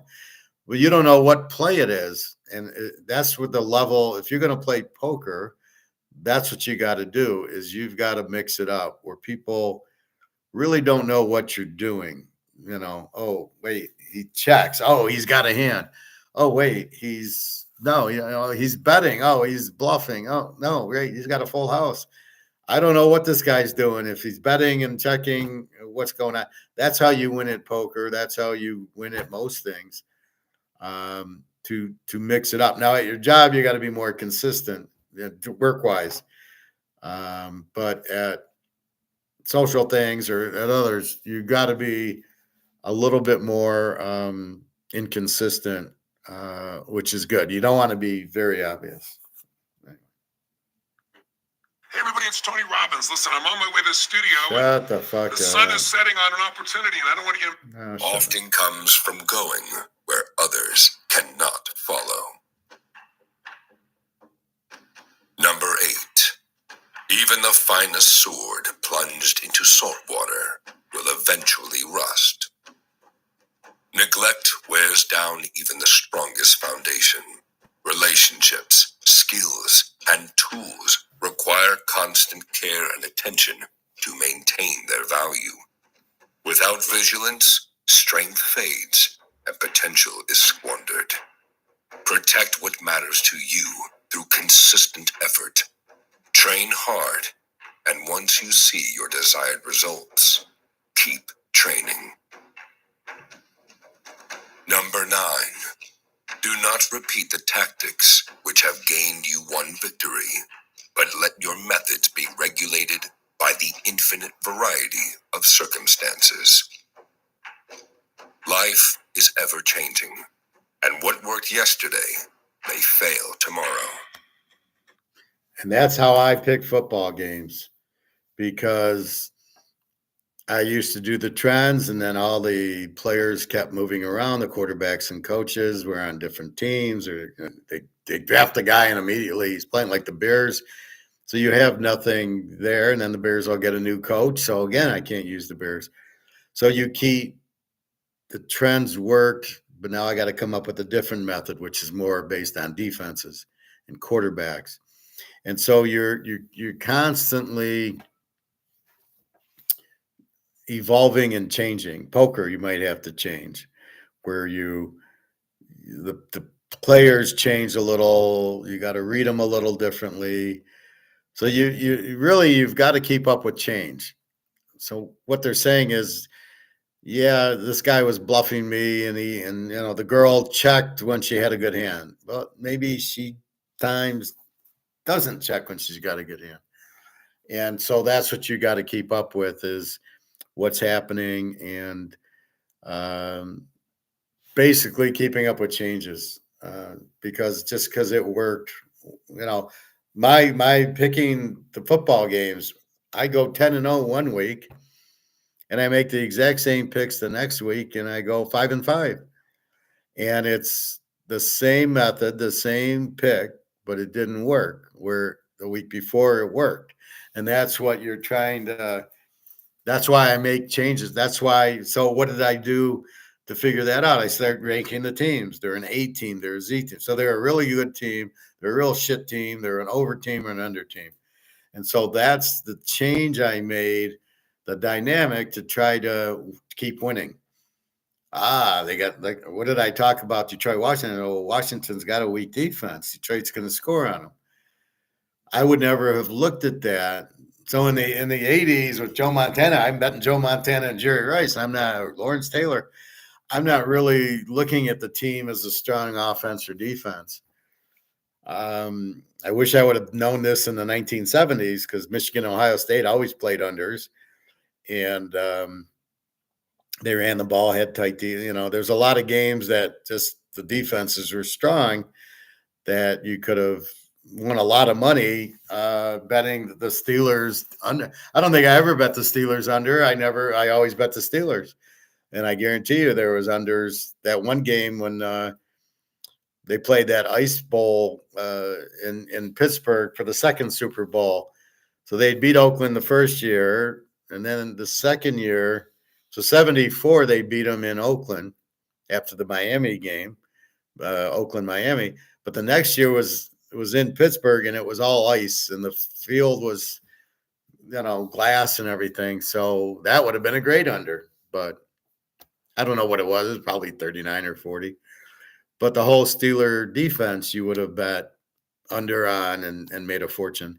But that's the change. You're evolving. You're finding new. You didn't just stick with what worked there. Now you're.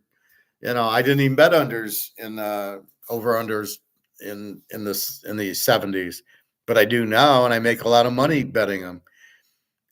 It just makes sense, right? But it doesn't work 100% of the time. I lost on Detroit, Minnesota, the end of the regular season. That was an overplay, but Minnesota forgot to show up. It's the same play I used on Detroit, Minnesota 3 weeks before. So you're still Detroit, Buffalo. I bet over. That's the point. It worked. Oh, it didn't work. But because it didn't work, you don't just forget about it. You keep using it, but you keep looking for different ways to win. What's something else that we can do? That's why we analyze the quarterbacks going on Sunday, Lamar against Allen. And what are we saying? Wait, Allen's the better quarterback. They're a home dog. So the theory is to take the home dog with the better quarterback. Defenses are about the same. Coaches both suck. So it's really difficult to you're trying to come up with, okay, I like it, but also what else? So you're ranking the quarterbacks as Buffalo, they might lose. It's going to be 3 point. I mean, that game's going down with a wire, or Buffalo's going to be doing what they did with Denver. But I think Baltimore will score more.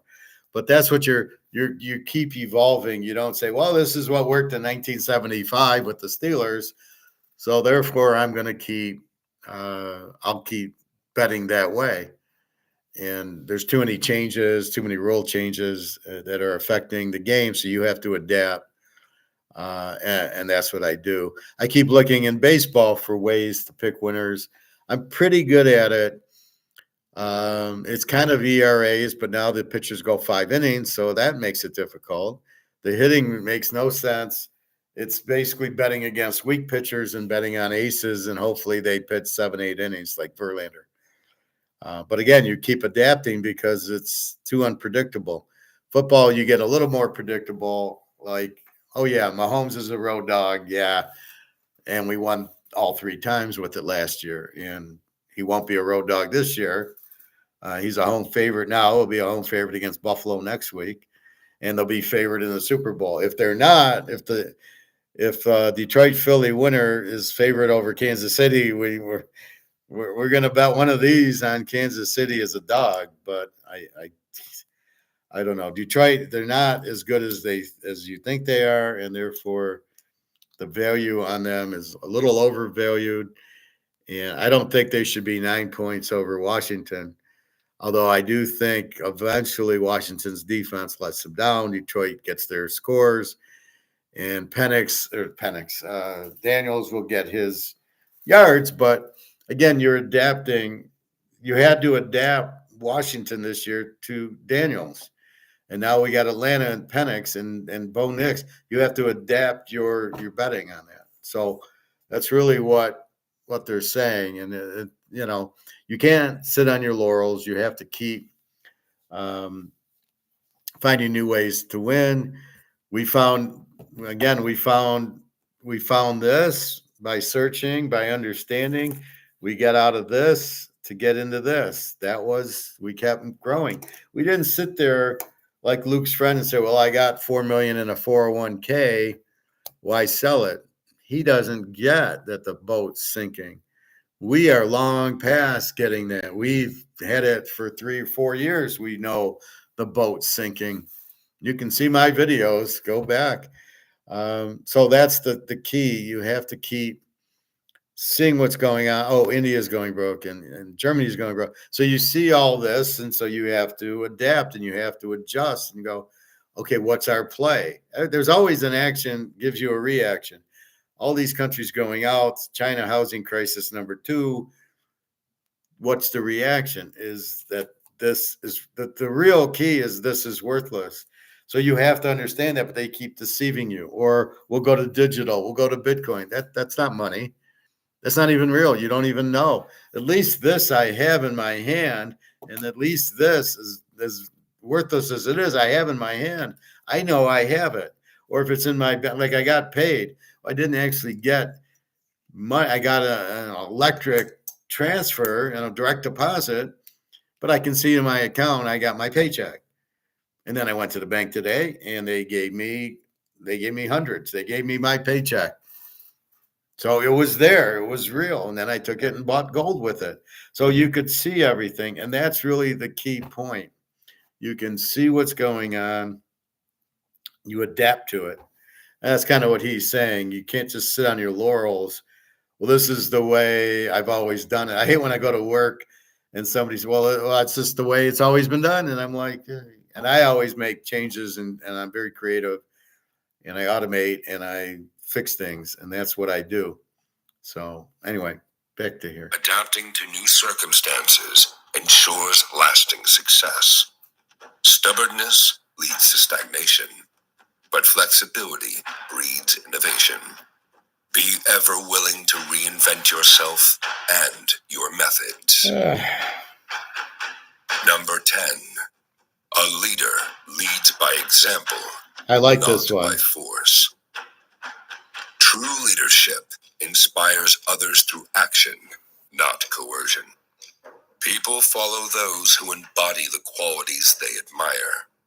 Demonstrate integrity, commitment, and vision, and others will naturally align with your purpose.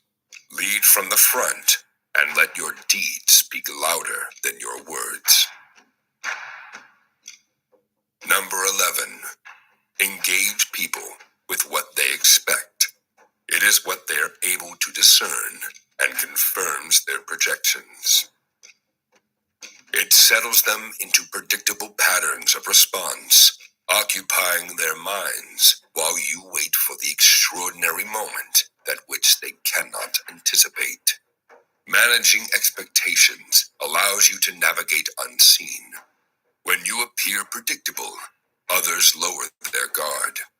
Use this to conceal your deeper plans, achieving your goals without resistance. Mastery lies in maintaining control over perception and reality alike. Number 12. Ponder and deliberate before you make a move. Quick actions without thought lead to costly mistakes. Success comes to those who weigh their options carefully and strike decisively. Deliberation is not hesitation, but preparation, ensuring every step has purpose. Patience is a hallmark of wise decision-making. And it couldn't be more prudent than this. Everybody wants this to go up. You've done it correctly. You bought this. You've got out of the dollar that's worthless for this. And when's it going up? When's it going up? And that's where the patience comes in. Just wait. You know you've made the correct move. I bought more, right? I got another ounce and tenth of an ounce today, an ounce, 1.10. And I know it's the right move. I know it's the smart move because I've done my homework and I know the dollar's collapsing. So you be patient. Once you know you've made the right move, you be patient. Sort of like the Trojan horse. They're in the horse, waiting, and just be patient and wait for them to open the gate, and then we can defeat them, which is what happened. And basically, that's what you have in a lot of things. Just I know I was getting nervous with where's Daria? Why isn't she talking to me in 5 days? I don't do that anymore, and she doesn't do that either anymore. Now she realizes, and she texts me just about every day. Mostly, she was sick the other day. She didn't, but she told me I was sick. She had high blood pressure. Is that from weather? Because she keeps saying, well, I think it's from the weather, and I keep thinking it's probably what you're eating. But okay, I'll go. I'm not gonna fight over that. I'm gonna say just so she slept a lot. Now she feels better today. So I tell her just drink a lot of water and hot tea and lemon and honey and cinnamon and all that and ginger. Um, a lot of these things I'm taking, the ginger and the Celtic salt and the cayenne pepper and the cinnamon and honey and lemon, it's all very, very healthy for you. And I know I'm not as sick as, as you used to be. Um, I think I'm getting here. From here, you can't tell, but like when you look at it from here, you can see a lot of hair here. So I put in castor oil and coconut oil, and I just rub it on my head, and I just leave it on, and I sleep on it. And I get up for work, and I shower, and then I put it on, and people think I have like mousse in my hair, and I got castor oil and coconut oil. It actually makes my hair very smooth, and actually makes it much healthier. But again, so that's just being open-minded and adapting and stuff like that. But that's really what you've got to be patient. Like I got to be patient. My hair is going to grow in. Or if you're on a diet, you got to be patient to lose the weight. I want to lose 20 pounds. Okay, well, you're not going to lose in a day. You got to be patient. And the best way is to just don't think about it. Oh, why haven't I lost weight? You just, or when's the gold price going to go up? It's gone up to 2,700. It's going to hit, 5,000. They'll reprice it because the dollar, the dollar is going out. The CBDCs are bullshit. I would never get into CBDCs. They're not even real. Digital money is not real. So please do not be stupid to get into digital. You'll get scammed. You'll get things. That's another thing. So Trump's with this tariff. He's gonna. We'll go back to this tomorrow. The art of war. We're in 9 minutes. Is 14 minutes, but it's very good. But you got to watch it twice to go. What did they say? And then most of it's kind of logical. Like, yeah, don't be inconsistent, be consistent, but be not predictable. So Trump with the tariffs, I don't know what he's doing. It's gonna again cause a problem. Again, everything's based on the free market, and that's the key to it. Oh yeah, maybe I'll play that tomorrow. There's one on Austrians versus the Chicago stool, which Milton Friedman, which I thought was an Austrian, it's kind of like its cousin. But I like that. I'll play that one tomorrow. Yeah, and very very. It shows you how good the Austrians are. Because everything's based on the market and it's not based on models. The Keynesians want to use models for everything, and even the Chicago school. And the Austrians say you can't use models. We can't predict what people are going to do, and the models would be wrong. And so, therefore, why would you use it? And that's exactly right. So, that's what Adam Smith showed us is you don't know what the guy wants and what he's going to buy and if he's going to change his mind and he likes a cupcake one day and the next day he wants fruit. I mean, that's the whole thing with Austrian economics. It's letting the people decide what they want in the market. And then it's how much are they willing to pay? And that's what we keep talking about with markets, free markets. It's I was willing to pay $2,800 for this today. That's what I was willing to pay. Now, this is weird because I was willing to pay $1,800 and $2,000 and $2,400, and I'm willing to pay $2,800. Notice how it keeps going up, but notice how I'm still willing to pay because my goal is not to look at the price and go, oh, when it hits 2,900, sell it. That's not the point. And the other point is we have to get out of the dollar and into the gold. So that's really the point. So if I have dollars, it goes into gold because there's no point in keeping them in dollars. It's going to be worthless. And if they say, well, have cash, here's the difference between Warren Buffett and me. He's got all his money in dollars that are worthless, only he doesn't know it. If I need money, this is the point. I traded $3,000 for these two today. Now, I still have the $3,000.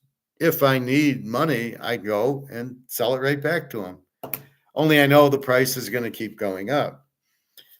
This I know is going to keep going down.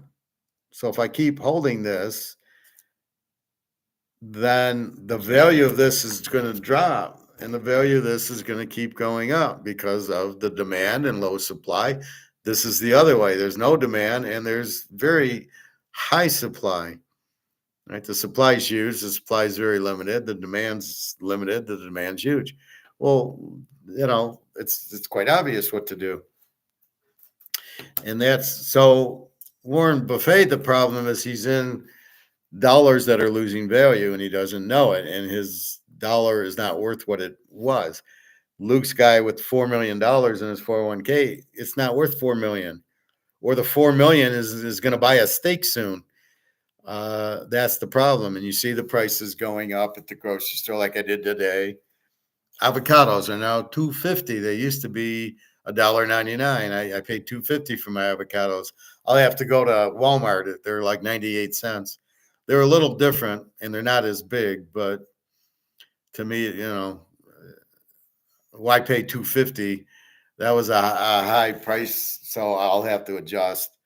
And the eggs, I think I'll have to go to Walmart for the eggs and the avocados and stuff like that. I usually make a trip like on Sunday or something, and I get like 10 avocados and eggs and whatever else. But that's what you need to understand is, sorry, I'm getting hungry, so I'm getting foggy. But that's what you got to understand. Oh yeah. So Warren Buffett, he has all his money, but he's got no options. The money's losing value, but he doesn't understand it. But nobody really checks what's the price of my dollar, right? Oh, this is 2,700. I paid 2,800, but okay. So gold's 2,700 an ounce. How much is this? How much is this worth? You don't know. There's no value on this. It's a 1, but it's not really worth $1, or the dollar isn't worth what it used to be. It's worth a penny now. So this has gone from $1 to a penny, and this has gone from $35 to $2,800. We know this is $2,800 in this, but we know that this has been printed and printed and printed, and this is only worth a penny. So this is worth, if we do the math, this is $2,800. However, this went from 100 to 1. So times this by 100. 100 times 2,800. I got to add 2 zeros is 280,000. This is worth $280,000. If this is a real dollar. So The real value of this is 280,000. The real value of this is 1 cent. Because if this went from $1 to 1 cent, or let's say $100 to $1, it lost 100 times its value, means this is really worth 100 times more. So this is really $280,000 in 1971 dollars. This is 280,000, not. So the 2,800 is a bull. That's why I say it's a bullshit price. But nobody really understands, because it says 100 on the dollar. You still think it's $100. The problem is it's how I'm still able to buy this for $2,800. I'm shocked. I mean, this for 3,000 is a joke. And my comment when I talked to him today is, my biggest fear is that you won't take the dollar anymore. And he said, well, I don't see that happening. Oh, good. I mean, I'm happy for it, but you're out of your mind, because you're taking something that's worthless, but nobody can see it. On the Titanic, you saw the boat going down, down, down in the water. So it was obvious that the boat was sinking. Here you can't, except for you've got to connect the dots that, oh, I went to the grocery store and now my broccoli's now $2.99 for a bunch. I saw that today. $2.99. It used to be like $1. I bet you if you watch Hogan's Heroes in the 60s, it was probably 10 cents for a broccoli. But that's where we've come. We've ruined our money, but nobody can see it except for us, who are critical thinkers, who understand, the prices are the signals that something's gone wrong. But it's not the prices going up. It's the fact that the money's losing its value. And since the money's losing its value, that's why the broccoli is $2.99 a bunch. Now, that's not a lot. I mean, I didn't not buy it because it was $2.99, but I'm starting to realize that it's really starting to hit. I gave Darius some money because in Russia, they even announced, January 12th, the prices are going up after their Christmas. So I gave her some money. I said, go buy canned foods and cereal, whatever, meat for the freezer. Go buy it now at these cheap prices. Now, keep shopping and using that, but when the prices get really high, you'll have a kitchen full of soup and tuna and caviar, whatever she buys, and borscht, and you'll have meat in the freezer that will keep while the prices are going up a little, but they're going to keep going up because the dollar's worthless. So something when Trump gets into office is going to be really funny, because they're going to want to make him look bad. And they're not going to go with this Elon Musk and this other guy. Let's cut government. That'll never happen. Like I said, there was a video I watched with Reagan did it, and it never was going to happen. Let me look at that Austrian economist versus Chicago one. I would have thought I liked it.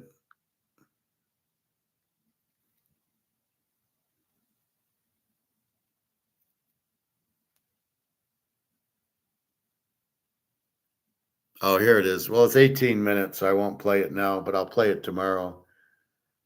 And it's basically there's communism, and then there's basically the Chicago school, and the Austrians are pretty consistent.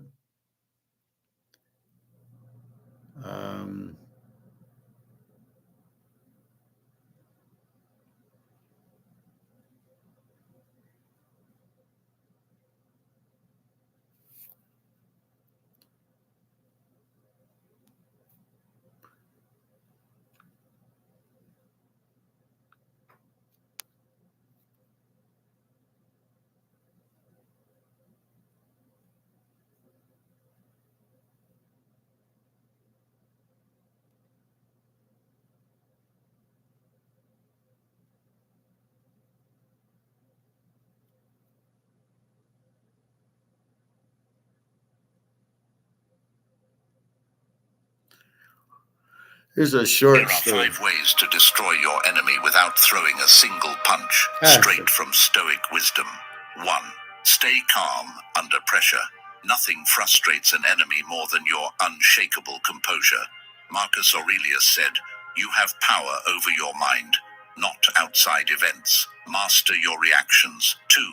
Outgrow them. Focus on self-improvement until their insults and schemes become irrelevant. Rise so high they can't reach you. 3. Be disciplined in silence.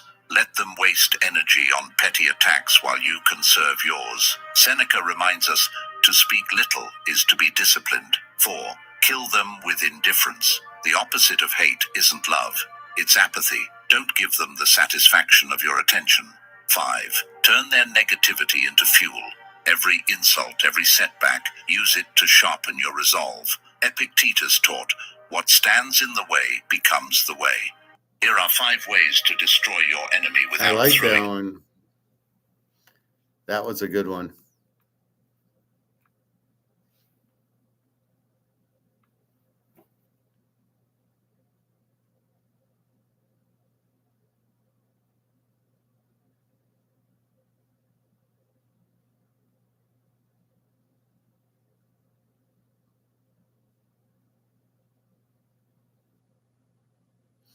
So here are the 3 idiots with Andy today.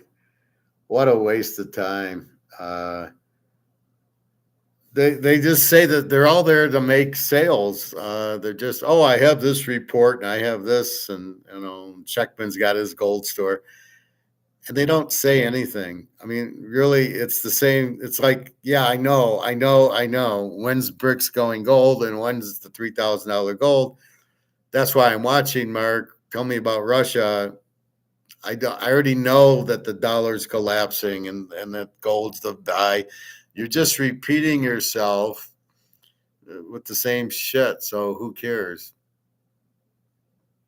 This was an excellent one. The Mind of Marcus Aurelius. I think I like this. To be so for real, last year was kind of a lot for me. I was just feeling kind of like burned out and... Imagine living a life where pain... I did like this. Well, why didn't it show in my light? Anyway, this is a very good one. The Mind of Marcus Aurelius. It's a real... maybe I'll play part of that tomorrow.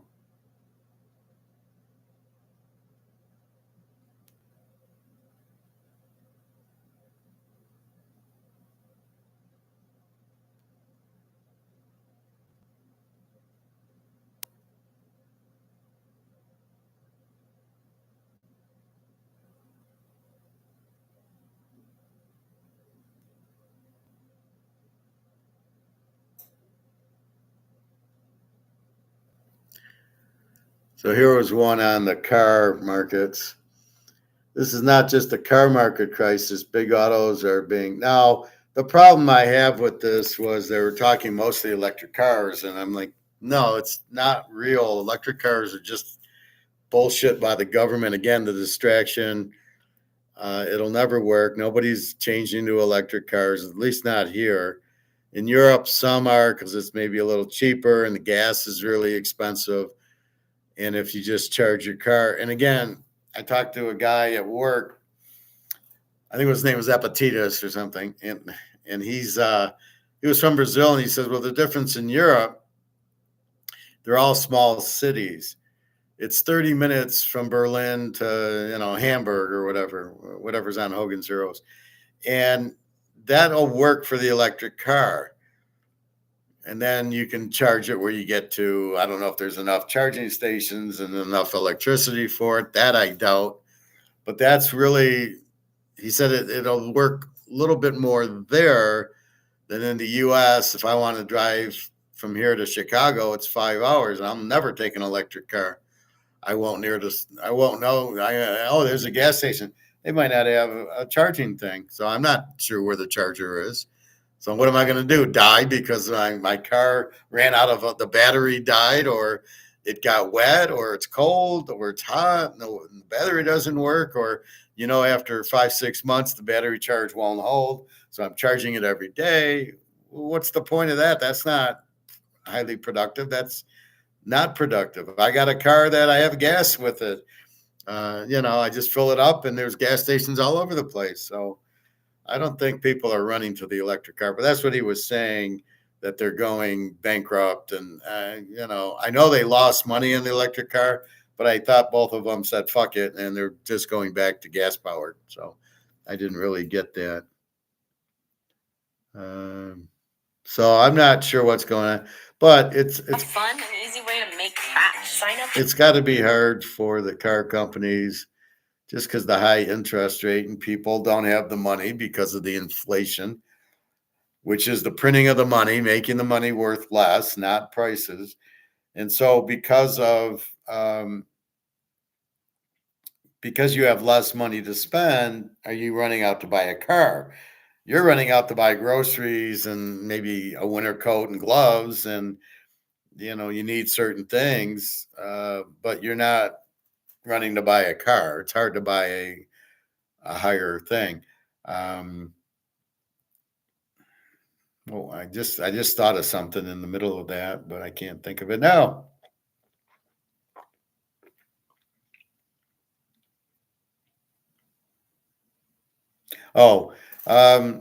Yeah, I think there's going to be hyperinflation soon.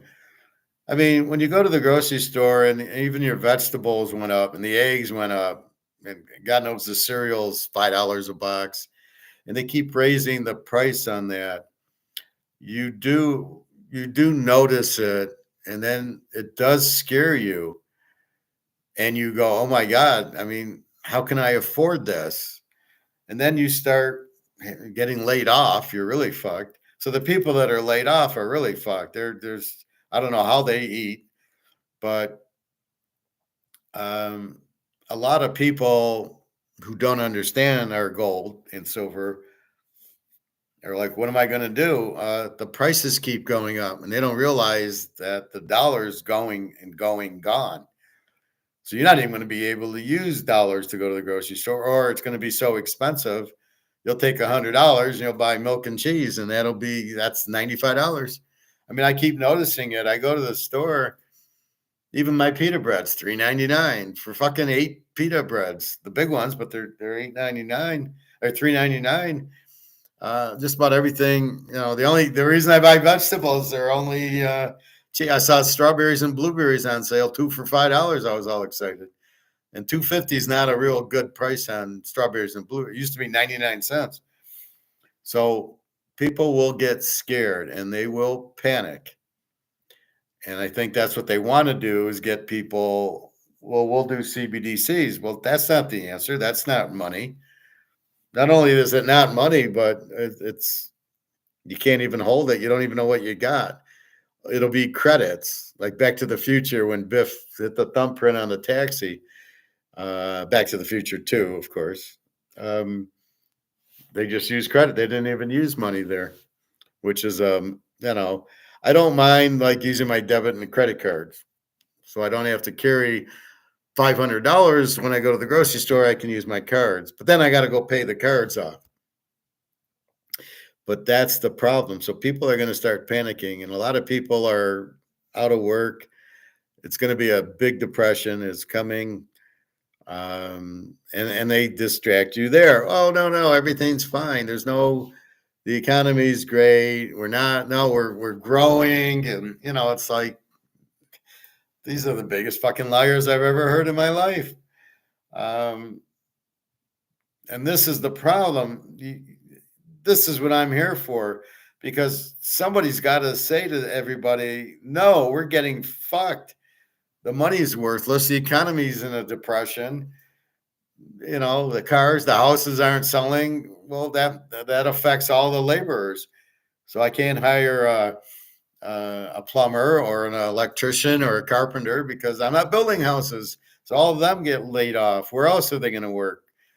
And so this is the problem. The commercial real estate's going down, and it's becoming the banks. So it's becoming like a one-tier system.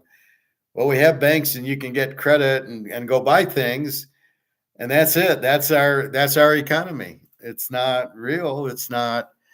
Are we running out to buy TVs and computers? Nah, I got a computer. I don't need one every week or whatever. Mr. Pleepit, welcome to the class. Good call. I'm not buying Bitcoin last year. Yeah, you better be careful with Bitcoin. It's controlled by Larry Fink and the Sailor guy. So, yeah, I don't know if what are you being a smart aleck? You didn't buy it and went up.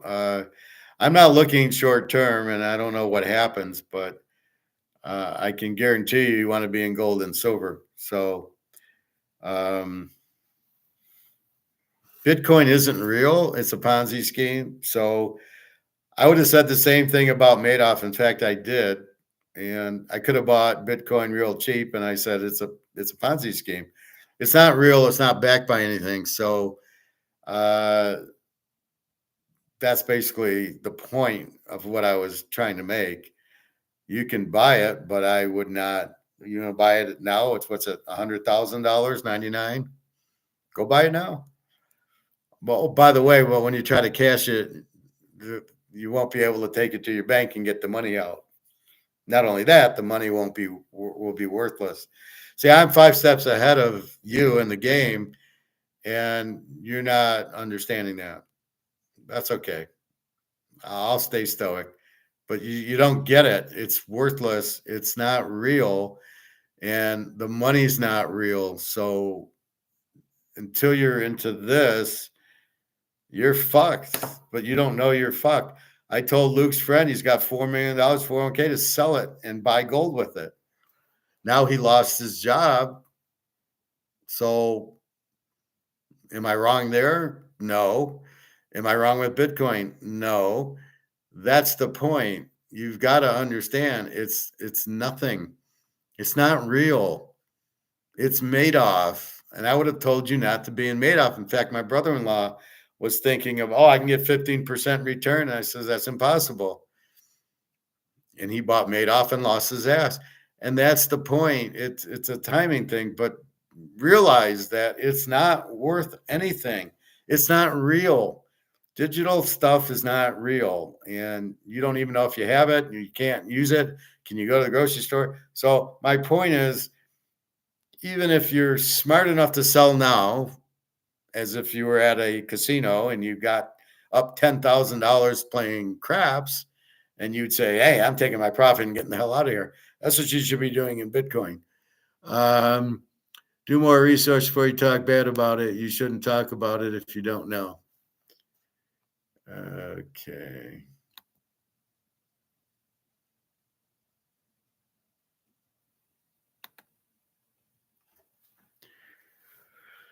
Okay, first of all, that's not appropriate in my room. And secondly, we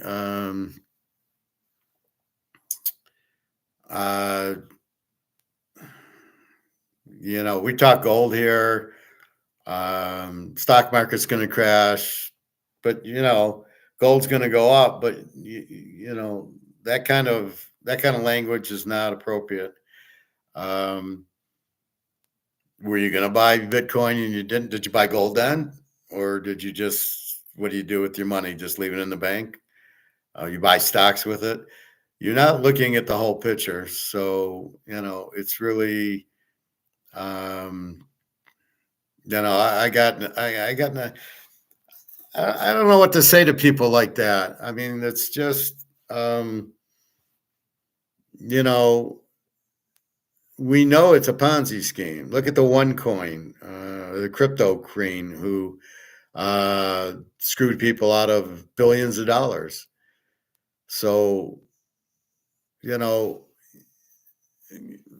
the type of guy that I'll pick a game and then the score will be like the other team will be up 21-0 in the first half. And they'll go, oh, yeah, you're wrong. And I go, well, there's 4 quarters in the game. And then at the end of the game, I win, right? At the end of the game, the team I talk about won, right?